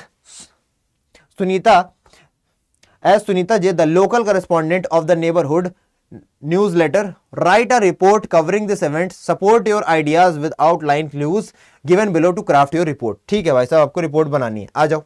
रिपोर्ट में क्या क्या आप ले सकते हो भैया, विच वॉलंटियर प्रोग्राम, कौन सा वॉलंटियर प्रोग्राम है, इसका पर्पस क्या होगा लॉन्च इवेंट का, है ना, इंपॉर्टेंस क्या है इसकी, एक्टिविटीज दैट टुक प्लेस, भैया कौन कौन सी एक्टिविटीज होंगी इसमें, कौन अटेंड करेगा इसको, एनी की मैसेज डिलीवर्ड, अगर कोई एक बहुत इंपॉर्टेंट मैसेज डिलीवर कर रहे हो तो वो भी बताने की कोशिश करो। साथ ही साथ how many young adults encourage to join, कितने सारे यंग अडल्ट्स हैं जो इनकरेज कर रहे हैं ज्वाइन होने के लिए, any resource and information provided to the attendants, any insight into follow up activities planned, या फिर what impact is expected to be achieved in the community, right? Next देखते हैं, रिपोर्ट राइटिंग का फॉर्मेट देख लो, बाकी तो दुर्राटे काट ही दोगे तुम। फॉर्मेट क्या बोलता है आपको, फॉर्मेट बोलता है कि बाबा हेडलाइन एंड बायलाइन पे आ जाओ, जिस तरीके से आर्टिकल में था, फिर रिपोर्टिंग प्लेस एंड डेट पर आ जाओ कि भैया कहां पर होने वाला है, तो जगह आपको बताई रखी है पीछे। फिर उसके बाद आप क्या करोगे, पैराग्राफिंग करोगे, ऑर्गेनाइजेशन का इंट्रोडक्टरी पैराग्राफ दोगे, उसके बाद 1 और 2 बॉडी पैराग्राफ दोगे, मतलब मुश्किल से मुश्किल 3 पैराग्राफ होंगे, उससे ज्यादा नहीं होने चाहिए। आगे आ जाओ, इवेंट डिटेल्स दोगे, concluding paragraph inclusive of witness accounts, ठीक है, कोई कठिन नहीं है। अब रिपोर्ट राइटिंग में क्या क्या आंसर दे देना है आपको ये पकड़ लो बस किन चीजों का आंसर आप दे दो कि भैया कौन कर रहा है, ठीक है ना, साथ ही साथ इवेंट स्पॉन्सर कौन कर रहा है, ऑर्गेनाइजर कौन है, स्पेशल गेस्ट कौन है अगर कोई ऐसा है, साथ ही साथ कहां हो रहा है और कब हो रहा है ये बता दो भैया, डेट बताओ, टाइम बताओ, प्लेस, टाउन, सिटी, वेन्यू, फलाना फलाना बताना है, व्हाट एंड हाउ, है ना, आपको बताना है इवेंट क्या हो रहा है और कैसे होगा, प्रोग्राम की डिटेल्स बताओ, आखिरकार होने क्या वाला है वहां पर, व्हाट डिड दोस्त प्रेजेंट थिंक, है ना, और जो वहां पर वो क्या सोचते हैं, ऑब्जर्वेशन और कमेंट्स लो दूसरों के और वो भी बताने की कोशिश करो, है ना। ये रिपोर्ट राइटिंग की आप चीजें फॉलो कर सकते हो कंटेंट में। आगे आ जाओ भैया, अब आपका सेक्शन सी शुरू हो जाता है। सेक्शन सी बोले तो लिटरेचर। अभी तक आपने 18 नंबर के लिए इतनी जिद्दोजहद की थी, अब आपको क्या करना है, इस जगह पर आपने कितने नंबर पा लिए थे भैया, इस जगह तक आपने 18 नंबर अपने #18 पूरे कर लिए। उससे पहले आपने #22 पूरे किए थे, ठीक है, 40 हो गए भैया यहां तक। अब केवल 40 नंबर का क्या बचा है, लिटरेचर बताए। अब इसकी बात और करते हैं, चलो आ जाओ। तो सबसे पहले आपको क्या मिलेगा, अब मैं एक ही बताऊंगा, है ना, यहां पर आपको सिर्फ चीज में और लगा मिलेगा, तो मैं एक बता दूंगा। और क्योंकि अल्टीमेटली आपको पूरा का पूरा, अगर आप प्लेलिस्ट में जाओगे तो हर एक चैप्टर का मैंने बता रखा है। और फिर मैं वही बात बोलूंगा कि अगर मैं इसके आंसर करवा भी देता हूं सारे के सारे, तो इससे ये नहीं आने वाला है आपको। लिटरेचर के लिए तो बेटा वैसे भी सैंपल पेपर की कोई महत्व नहीं, बस क्वेश्चन टाइप देख लो, बहुत है, उससे ज्यादा कुछ नहीं चाहिए होता है। चलो, read the given extract and answer the question for any one of the 2, है ना। आपको कितने आंसर देने भाई साहब, एनी वन ऑफ द 2। क्या बोल रहे हैं, एनी वन, कोई एक का आंसर देना, तो एक का ही दिया जाएगा, ठीक है। एक तो ये भैया तुम्हारा अ थिंग ऑफ ब्यूटी पहला है, इसमें आपको क्वेश्चन पूछेगा, आंसर आपको यहां पर मिल जाएंगे, ठीक है ना। और एक दूसरा भी है, इसके बाद क्या, दूसरा इसके बाद दिया जाता है, I looked again at her, ठीक है ना। तो हम इसको दूसरा करना पसंद करेंगे, ठीक है। पहला चैप्टर ज्यादातर बच्चों ने पढ़ रखा है, तो अभी तक देखा होगा, हाफ ईयरली के पहले मैं ये सब करवा रहा हूं आपको, तो इसलिए आपके लिए ज्यादा इंपॉर्टेंट है कि आप पहला चैप्टर देखो, आपके पेपर में भी यही आने के आसार है। तो I looked again at her, मैंने अपनी मम्मी की तरफ देखा, वॉन पेल, है ना, उनका चेहरा बिल्कुल कलरलेस हो गया। वॉन का मतलब क्या है यहाँ पर वॉन का मतलब बच्चे कलरलेस, उनका चेहरा बिल्कुल कलरलेस हो गया। पेल यानी कि बिल्कुल मुरझा सा गया है। साथ ही साथ as a late winter's moon, जैसे कि एक विंटर के समय में मून नहीं हो जाता बिल्कुल धुंधला धुंधला सा बादलों के पीछे, वैसा दिख रहा है उनका चेहरा। फेल्ट दैट ओल्ड फैमिलियर एक, और मुझे वही दर्द याद आ गया जैसे बचपन में मैं एक बार बिछड़ गई थी, वही मुझे याद आ रहा था, my childhood fear. But all I said was, लेकिन मैंने क्या, मेरे मुंह से निकला सिर्फ और सिर्फ इतना, सी यू सून अम्मा, कि मैं आपसे जल्दी ही मिलूंगी mummy. All I did was smile and smile smile, और मैं सिर्फ 3 बार स्माइल स्माइल, और मैं सिर्फ मुस्कुरा सकी अपनी मम्मी के सामने। क्वेश्चन क्या पूछा जा रहा है, what is the speakers emotional state. भैया ये जब क्वेश्चन, ये सब वाकया घट रहा है, तो स्पीकर का इमोशनल स्टेट क्या है, when looking at her mother, जब वो अपनी मम्मी की तरफ देख रही है, ठीक है ना। ये बताने की आपको करनी है कोशिश। चलो बात करते हैं। तो कंफ्यूज्ड एंड डिसओरिएंटेड, ये तो बेटा बिल्कुल नहीं होने वाला है कि वो कंफ्यूज्ड है, कंफ्यूज तो कटे ही नहीं है। नॉस्टैल्जिक एंड लॉन्गिंग, ये भी सही नहीं। नॉस्टैल्जिया क्या, नॉस्टैल्जिया तो पुरानी यादों के लिए होता है ना, अभी तो मम्मी के सामने ही खड़ी है। एम्पैथेटिक एंड अंडरस्टैंडिंग, ऐसा भी नहीं है। फियरफुल एंड एप्रीहेंसिव, वो फियरफुल है कि यार अगली बार मैं जब आऊंगी तब तक मेरी मम्मी बचेंगी कि नहीं बचेंगी, यही उसके मन में डर सता रहा है। तो option number D is absolutely correct. आगे बढ़ जाते हैं बच्चे। What does the use of the word but at the beginning of the line, but all I said, लेकिन ये जो शुरुआत में वर्ड यूज हुआ है ना बट, इसका क्या मतलब है, तो देख लो। It suggest a contrast between the speaker's internal emotion response and her outward behaviour, है ना। ये बट क्या है, उनका अंदर से क्या रिस्पॉन्स आ रहा है और बाहर वो क्या कर रही है ना। अंदर से बहुत ज्यादा इमोशनल फील कर रही है, लेकिन बाहर से अपने आप को स्ट्रांग दिखा रही है, ताकि मम्मी को भी ऐसा फील ना हो कि ये बच्ची मेरी परेशान हो रही है। नेक्स्ट क्वेश्चन देखते हैं, select the word that will not complete the sentence appropriately. एक ऐसा वर्ड ढूंढो भाई साहब, क्या देखो, ऐसा वर्ड ढूंढो जो नहीं कंप्लीट करेगा। कितना बढ़िया पूछ रहे हैं। The description of the mother as wall pain as a late winter's moon creates a vivid image of vulnerability, यानी कि कितना तक कमजोर हो गई है, दयनीय हो गई, ये तो भाई साहब सेंस पूरा कर देगा। फ्रेटिलिटी है ना, फ्रेलिटी कितनी कमजोर है, साथ ही साथ मोर्टेलिटी यानी कि बिल्कुल मरणासन है। लेकिन सेंसिटिविटी एक ऐसा वर्ड है जो इसका आंसर नहीं हो सकता, तो ऑप्शन नंबर बी। बहुत बढ़िया क्वेश्चन है ये। आगे पूछ रहे हैं भैया, बताओ सही है कि गलत है। The poetic device used in the line pale as a winter's moon, अब यहां पर एज आ गया है तो आपको सीधी सीधी बात है सिमिली होगा, ठीक है। अब आगे बात करोगे, moon in the same as the one used in the line the winter wind wistfully wailed at night, है ना। अब winter wind wistfully wailed at night, तो इन दोनों में क्या सेम है, दोनों में सिमिली यूज हो रहा है, ऐसा नहीं है, इसलिए गलत है, दूसरे में सिमिली यूज नहीं हो रहा है। आगे, what message do these lines highlight, ये क्या मैसेज हाईलाइट करती हैं ये लाइन्स, देखो है ना।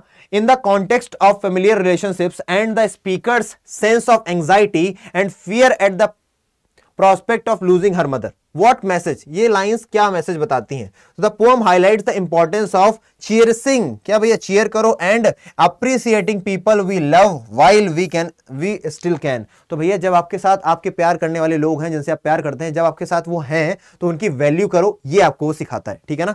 आगे बढ़ते हैं, लास्ट क्वेश्चन है इसका, 6 मार्क्स हैं, तो भैया 6 क्वेश्चन भी हैं साथ ही साथ। Complete the sentence appropriately, the repetition of the word smile suggest that. अब ये मैंने आपको देखो क्लास में भी सारे वर्ड्स कराए रखे हैं, सारे क्वेश्चन करा रखे हैं जो सैंपल में रखे हुए हैं, कि भैया जो रिपीटिशन हो रहा है स्माइल का क्या दिखाता है। The speaker is trying to hold back her emotions, उसके जो इमोशंस उमड़ उड़ के आ रहे हैं ना, डर लग रहा है, ऐसा लग रहा है मम्मी से दोबारा मुलाकात होगी या नहीं होगी, तो अपने इमोशंस को होल्ड बैक कर रही है एंड रिमेन कंपोज्ड, और शांत रहने की कोशिश कर रही है। Despite the pain she feels at her parting from her mother, हालांकि वो फील कर रही है वो दर्द कि मैं मम्मी से अपने बिछड़ रही हूं, लेकिन वो अपने आप को रोक रही, थाम रही। अगर वो रोई तो मम्मी पक्का रोएंगे और परेशान हो जाएंगी। नेक्स्ट क्वेश्चन देखते हैं। नेक्स्ट आ गया लिटरेचर, ठीक है ना, literature book and supplementary reading text. आओ बात करते हैं, ये 4 नंबर का है। Read the given extract and answer the questions for anyone. अब ये किसका, journey to the end of the world है। फिर से पहला नहीं दूसरा ही करते हैं, ठीक है ना। आंसर आपको तो मिल ही रहे हैं, लेकिन दूसरा क्या है देखते हैं। 1 मिनट, ये आपसे पूछा गया भैया द टाइगर किंग का, देख लेते हैं भैया, टाइगर किंग का देख लेते हैं। वैसे भी आपके एग्जाम में ये बार टाइगर किंग आ रहा होगा। In other words the tiger king is dead, अगर सही मायने में बात करें तो टाइगर किंग मर चुका है। The manner of his death is matter of extraordinary interest, किस तरीके से वो मरा वो एक एक्स्ट्राऑर्डिनरी इंटरेस्ट का मामला है। साथ ही साथ it can be revealed only at the end of the tale, लेकिन ये सिर्फ और सिर्फ एंड ऑफ द टेल में बताया जा पाएगा। The most fantastic aspect of his demise was that as soon as he was born astrologers had foretold that one day the tiger king would actually have to die. The child was grown up to become the warrior of the warriors, hero of the heroes, champion of the champions, but they bit their lips and swallowed hard when compelled to continue. The astrologers came out with it. This is a secret which should not be revealed at all, and yet we are forced to speak out. The child born under this star will one day have to meet its death. अब देखो, जब वो पैदा हुआ था तो उस समय क्या था भैया, नक्षत्र जो था वो बुल नक्षत्र था, इसीलिए बुल जो होता है टाइगर का क्या होता है, अभी ये बताया नहीं है, बुल नक्षत्र था, इसलिए इस नक्षत्र में जो भी पैदा होता है वो मरता जरूर है। बार बार ये एस्ट्रोलॉजर बोल रहे हैं कि ये हीरोज ऑफ द हीरो होगा, चैंपियंस ऑफ द चैंपियंस होगा, किंग्स ऑफ द किंग्स होगा, बहुत महान होगा, लेकिन, और ये लेकिन कहते हुए अपनी थूक को गटक लेते ऐसे करके और बताते नहीं। लेकिन जब उनसे पूछा है तब नहीं बताओ क्या बात है, तब वो बताते हैं कि भैया मैटर ऑफ ग्रेट सीक्रेट है, पर बताना नहीं चाहते, पर आप पूछ रहे हो तो बताते हैं। अब क्वेश्चन देखते हैं क्या बोल रहे हैं। Complete the sentence appropriately, complete करना है। The author's purpose is using foreshadowing is to, भैया जो फोरशैडोइंग यूज कर रहा है इसका क्या मतलब है, create a sense of approaching Doom, वो ये दिखाना चाहता है कि भैया बहुत जल्दी भैया बर्बादी सामने आने वाली है, या तो ये बता दो, या तो use it as a tool to heighten the reader's curiosity and interest in the story. ये ज्यादा अच्छा ऑप्शन मुझे लगता है कि वो इसलिए करता है ऐसा बार बार ताकि वो रीडर की क्यूरियोसिटी बढ़ा सके, आखिरकार ऐसा क्या है जो मरेगा ही मरेगा, ठीक है ना। नेक्स्ट क्वेश्चन देखते हैं हमारे पास क्या है। In the given extract what emotion were the astrologers feeling when they bit their lips, emotion क्या थे उनसे, वो ह्यूमिलिएशन में थे, शर्मा रहे थे, ऐसा नहीं था भैया। डिसबिलीफ, उनको बिलीफ नहीं था, गलत है। ग्रीफ, दुख में भी नहीं थे। अनईज, वो थोड़ा सा अनकंफर्टेबल हो रहे थे। Option number D is absolutely correct. Next question है हमारा, which trait are the astrologers lauding, है ना, which trait are the astrologers lauding when they say warriors of warriors, hero of heroes, champion of champions. तो भैया बता रहे हैं bravery होगी इसके अंदर, हीरोइज्म होगा, लीडरशिप क्वालिटीज भरी पड़ी होंगी। नेक्स्ट क्वेश्चन क्या है इसका, how is the line the most fantastic aspect of his demise an example of contrast, है ना। बताइए ये जो लाइन है किस तरीके से एक कॉन्ट्रास्ट है, most fantastic aspect of his demise, है ना। तो this is so because the word fantastic is usually, जो फैंटास्टिक वर्ड है कब यूज किया, जब कोई चीज अच्छी होती है, एसोसिएटेड विद समथिंग पॉजिटिव। ये जो फैंटास्टिक है पॉजिटिव चीजों से जुड़ा हुआ है, लेकिन वाइल द वर्ड डिमाइस, जो डिमाइस वर्ड है वो नेगेटिव है, किसी की मृत्यु जो होती है नेगेटिव होती है हमेशा, है ना, समथिंग नेगेटिव और ट्रेजिक, इसीलिए बोला जा रहा है कॉन्ट्रास्ट क्रिएट कर रहा है यहां पर। एक तरफ तुम फैंटास्टिक यूज कर रहे हो और एक तरफ डिमाइस यूज कर रहे हो, फैंटास्टिक पॉजिटिव है और डिमाइस नेगेटिव है। अगला क्वेश्चन देखते हैं, क्वेश्चन है तो अगला वही आ जाएगा। अब यहां पर read the given extract and given the question. अब फिर से 6 बताने भाई साहब, क्या बोल रहे हैं, usually when school begin there was a great बसल।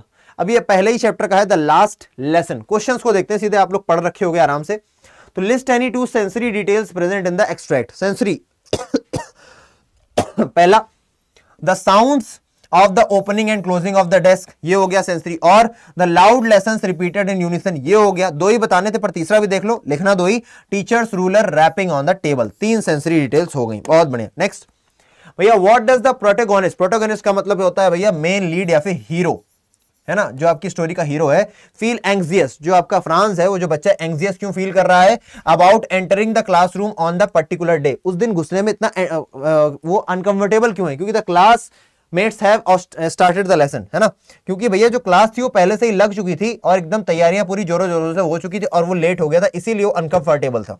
आगे, कंप्लीट द सेंटेंस अप्रोप्रिएटली, भैया कंप्लीट करो। The phrase as quiet as Sunday morning suggest that, भैया द संडे मॉर्निंग जो होती है ना वो कैसी होती है, संडे मॉर्निंग यूजुअली क्वाइट होती है, शांत होती है और बहुत ही स्थिर होती है, as if it were a day of rest, क्योंकि लोग उस समय रेस्ट करते हैं, बिल्कुल शांत रहते हैं। उसी तरीके से उस दिन भी शांति थी, जैसे हॉलीडे हो, है ना, या फिर स्कूल का ऑफ हो, रादर देना बसलिंग स्कूल डे। और रोज का जो दिन होता है, सोमवार, मंगलवार, बुधवार, शुक्रवार, शनिवार, उस दिन काफी ज्यादा हो हल्ला होता है, लेकिन संडे को लोग आराम करते हैं, भैया आज तो रेस्ट करेंगे, इसीलिए यूज किया गया है क्या इसको, as quiet as Sunday morning, यही को आपको बताना था। आगे देखते हैं, pick evidence from the extract that helps one infer that this was not the protagonist's first time being late। बहुत अच्छा क्वेश्चन, इस क्वेश्चन को मैं 5 स्टार क्वेश्चन बोलूंगा, अगर आप बता पाओगे तो बहुत अच्छा होगा। 5 स्टार क्वेश्चन है ये भैया। एक एविडेंस देना है हमको, क्या देना है, एक एविडेंस देना है। किस बात का एविडेंस देना है हमको, हमको इस बात का एविडेंस देना है कि वो जो बच्चा था ना, प्रोटेगोनिस्ट है हमारा, वो पहली बार ऐसा नहीं हुआ है कि भैया लेट हुआ है, वो इससे पहले भी लेट होता आया था।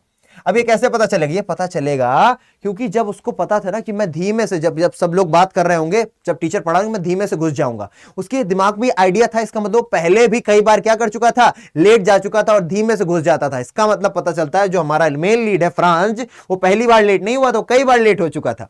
अब देख लो भाई साहब, इसका आंसर क्या होगा। The protagonist seems to have a plan for how to sneak into, मतलब कैसे क्लास में जाना है without being noticed, suggesting that they may have been in the similar situations before, है ना, क्योंकि वो बता रहा था ना किस तरीके से मैं स्नीक आउट कर जाऊंगा, सब पढ़ रहे होंगे, टीचर अपना मुड़ के पढ़ा रहा होगा, मैं एकदम से चुप के घुस जाऊंगा। इसका मतलब ये प्लान उसके दिमाग बहुत पहले से है, वो बार बार ऐसा करता है, इससे हमें ये इंडिकेशन मिल जाता है। क्वेश्चन नंबर 5 देखते हैं क्या बता रहा है। What does the term terrible iron ruler indicate about M Hamel. भैया ये जो टेरिबल आयरन रूलर है क्या इंडिकेट करता है, ये बताता है भैया स्ट्रिक्ट है टीचर, और सिवियरिटी बताता है कि कितना स्ट्रिक्ट है अपने डिसिप्लिन को लेकर के टीचर। अगला क्वेश्चन है और लास्ट क्वेश्चन है इसका, which of the following headlines best suggest the central idea of the extract. भैया सेंट्रल आइडिया क्या हो सकता है, सेंट्रल आइडिया इसका सिर्फ और सिर्फ एक ही हो सकता है जो कि यहां पर दिया हुआ है, द इंपॉर्टेंस ऑफ पंक्चुअलिटी। भैया कितना पंक्चुअलिटी इंपॉर्टेंट है, पूरे चैप्टर का नहीं बताना है बेटा, जितना एक्सट्रैक्ट दिया सिर्फ उतने की बात हो रही है, तो यहां पर पंक्चुअलिटी की बात अच्छी हो रही है, ठीक है ना। ये और करके आएगा, 2 पूछे जाएंगे, एक बताना रहेगा। ये आपसे पूछा गया है लॉस्ट स्प्रिंग से, ये भी पहला और दूसरा चैप्टर है, बढ़िया चैप्टर है, ये भी कर लोगे तुम लोग, ठीक है। आओ आगे बढ़ते हैं। Question number 10। अब आपके पास कितने क्वेश्चन दिए जाएंगे, 6, उनमें से कितने का 5 का आपको आंसर देना होगा 40 to 50 वर्ड्स में, ठीक है बच्चे। आ जाओ देखते हैं।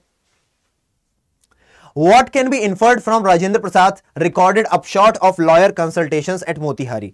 ये बताना चाहिए आपको, आपको क्या बताना है, आपको बताना है, ये क्वेश्चन आपको मैंने करवा भी रखा है, जब मैं मैराथन कराऊंगा तब भी करा दूंगा, कि भैया क्या अपशॉट, यानी कि अपशॉट बोले तो कहां गया अपशॉट, अपशॉट बोले तो क्या रिजल्ट बताया आकर के, है ना, क्या रिजल्ट बताया आकर के राजेंद्र प्रसाद ने, जब गांधी जी ने बोला था कि अगर मैं जेल चला जाऊंगा तो इन किसानों का क्या होगा, तो उन लोगों ने कह दिया कि किसानों का क्या, हम लोग तो चले जाएंगे। अब जब उन लोगों ने बात की तो गांधी जी का जो कमिटमेंट था to the cause of peasants, कि भैया उनकी किसी भी तरीके से हमको हिफाजत करनी, पेजेंट्स यानी कि किसानों की, despite being stranger to the region, हालांकि वो उस जगह पर पहली बार आए थे और स्ट्रेंजर भी थे, वॉज एग्जेम्पलरी, बहुत एग्जेम्पलरी था, and motivated the lawyers to continue their support, और इस चीज ने उनको मोटिवेट कर दिया, किनको, जो लॉयर्स थे, कि वो फिर से किसानों के हक में खड़े हो जाएं। नेक्स्ट क्वेश्चन क्या है भैया? नेक्स्ट क्वेश्चन आपसे पूछा है, Douglas uses sensory details to create a vivid image of the unfortunate experience in the pool, है ना। विलियम डगलस ने क्या क्या यूज किया था भैया? सेंसरी डिटेल्स बताई थी। जब मैं नीचे गया मेरी सांस फूल रही थी, फिर सिर्फ आंखें बाहर आई, फिर उसके बाद नाक अंदर चली गई, मेरे पैर एकदम पत्थर से हो गए, पैरालाइज हो गया था, है ना। ऐसा लग रहा था मैं कुछ पकड़ने की कोशिश कर रहा हूं, कुछ पकड़ नहीं पा रहा हूं, डर मुझे पकड़ रहा है, खींचता चला जा रहा है। इस तरीके से उन्होंने जो सेंसरी डिटेल्स दिए हैं, क्रिएट अ विविड इमेज, हमारे दिमाग में एक इमेज बनाने के लिए, ऑफ द अनफॉर्च्यून, जो उनके साथ एक्सपीरियंस किया उन्होंने पूल में।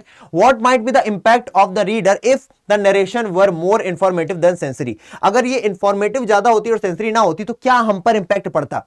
अगर ये ज्यादा बेटा सेंसरी होती नहीं और इंफॉर्मेटिव होती तो हम उस चीज को अच्छी तरीके से समझ नहीं पाते, उस इमोशन के साथ अपने आप को बाइंड नहीं कर पाते, और साथ ही साथ इंफॉर्मेशन से हम चीजों की टेक्निकलिटी तो समझ लेते लेकिन उस दर्द को ना महसूस कर पाते अगर सेंसरी ना होता। आप इस क्वेश्चन के आंसर के माध्यम से पढ़ के समझ सकते हैं। बढ़ जाते हैं आगे बच्चे। अगला क्वेश्चन है, how does the setting of the remote forest location in rat trap contribute to the overall tone and mood of the story. ये जो सेटिंग है ना किसकी, रिमोट फॉरेस्ट की लोकेशन की, रैट ट्रैप में कैसे कंट्रीब्यूट करती है पूरी तरीके से टोन और मूड जो है स्टोरी का उसमें, तो देख लेते हैं। Creates a sense of isolation and desolation, ये कैसे क्या क्रिएट करती, आइसोलेशन एंड डिसोलेशन क्रिएट करती। आंसर आपको बनाना है, ये हिंट्स दे रहे हैं, है ना। एम्फसाइजिंग द लोनलीनेस, और ये लोनलीनेस अकेलेपन को एम्फसाइज करती है। Despair that the peddler experiences, साथ ही साथ हार्श विंटर कंडीशंस है वहां पर, और बैरन लैंडस्केप, यानी कि बिल्कुल वीराना पड़ा है, सुनसान है मामला।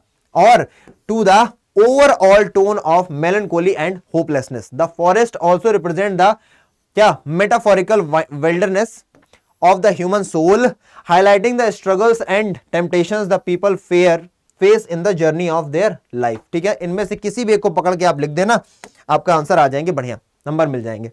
क्वेश्चन नंबर 4 आ गया अब आपके सामने। अब यहां पर क्या भाई, how might the message of the poem on Jennifer tigers be different if the following last 4 lines were omitted, है ना। आपके सामने सीधे क्वेश्चन देकर के पूछा, क्या बात है ना। इसका आंसर आप देख लो, आराम से दे लोगे, ठीक है। क्वेश्चन नंबर 5 देखो भैया, Umberto Eco with reference to the name of the rose says, I think if I had written the name of the rose 10 years earlier or 10 years later, it wouldn't have been the same. What could have meant? इसका क्या मतलब है? अगर मैंने letter 10 साल पहले 10 साल बाद लिखा होता, इसका क्या मतलब है?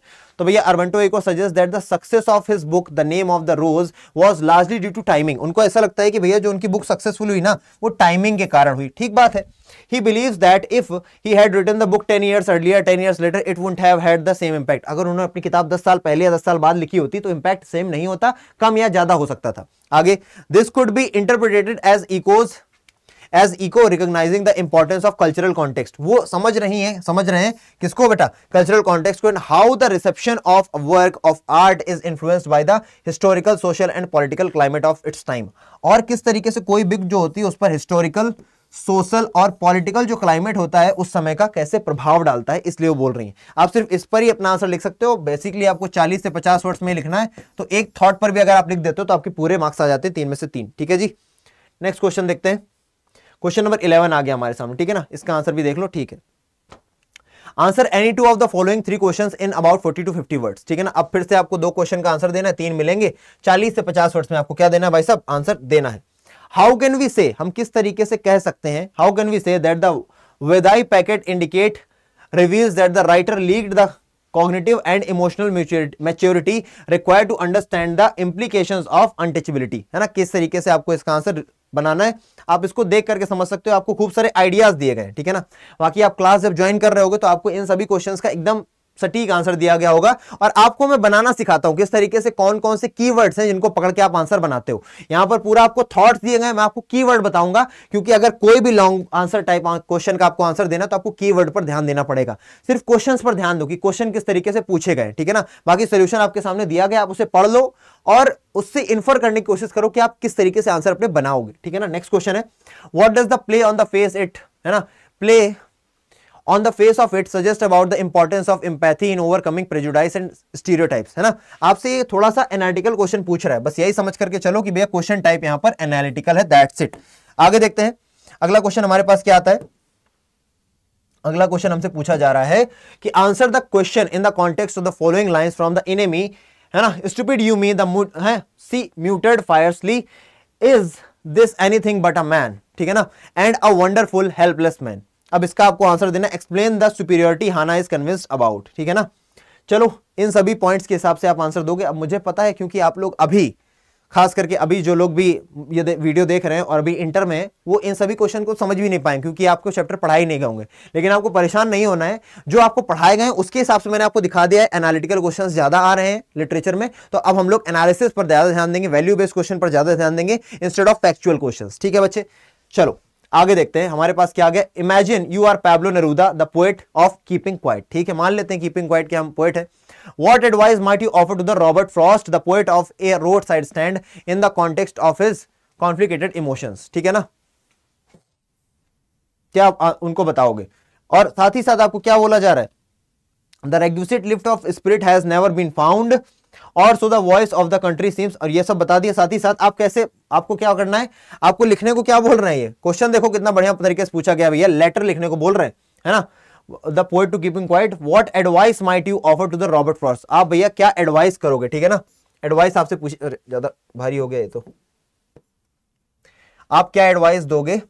You offer to Robert Frost the poet of the roadside stand in the context of the है ना कॉन्फ्लिक्टेड इमोशंस में as displayed in the given lines. आप ये लाइंस पढ़ोगे फिर आप बताओगे, और आपको बता रहे इस तरीके से आप अपना क्वेश्चन शुरू कर सकते हो, ठीक है ना। Dear Robert, I recently read your poem a roadside stand and you may end this way, और यहां से आप आगे बढ़ाओगे अपनी स्टोरी को, ठीक है ना। और किस तरीके से एंड करोगे, you may end this way, I hope this advice is helpful to you, please let me know if there is anything else I can do to support you, warmly Pablo Neruda. Simple है, यहां पर बस आपको अपने thoughts लिखने हैं। Ultimately आपको दोनों के बीच में एक बाइंडिंग क्रिएट करने की कोशिश करनी है, ठीक है।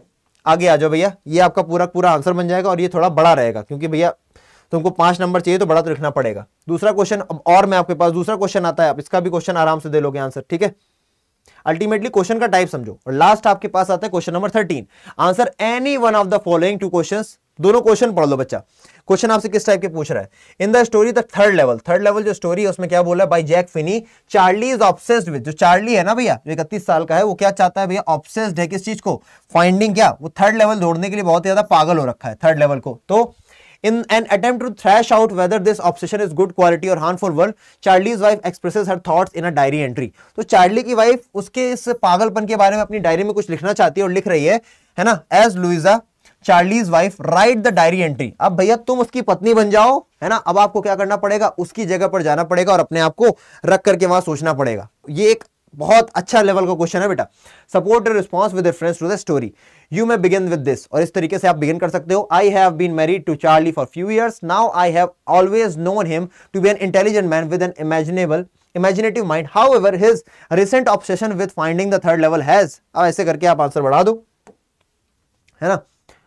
यहां पर आपका आंसर लिखा भी हुआ है कि विद फाइंडिंग द, कहां गया, know him intelligent man with an imaginative mind, however his recent obsession with finding the third level has left me quite worried. अब उसका जो ऑब्सेशन है ना उसको ढूंढने का थर्ड लेवल को, मैं उससे परेशान हो गई हूं।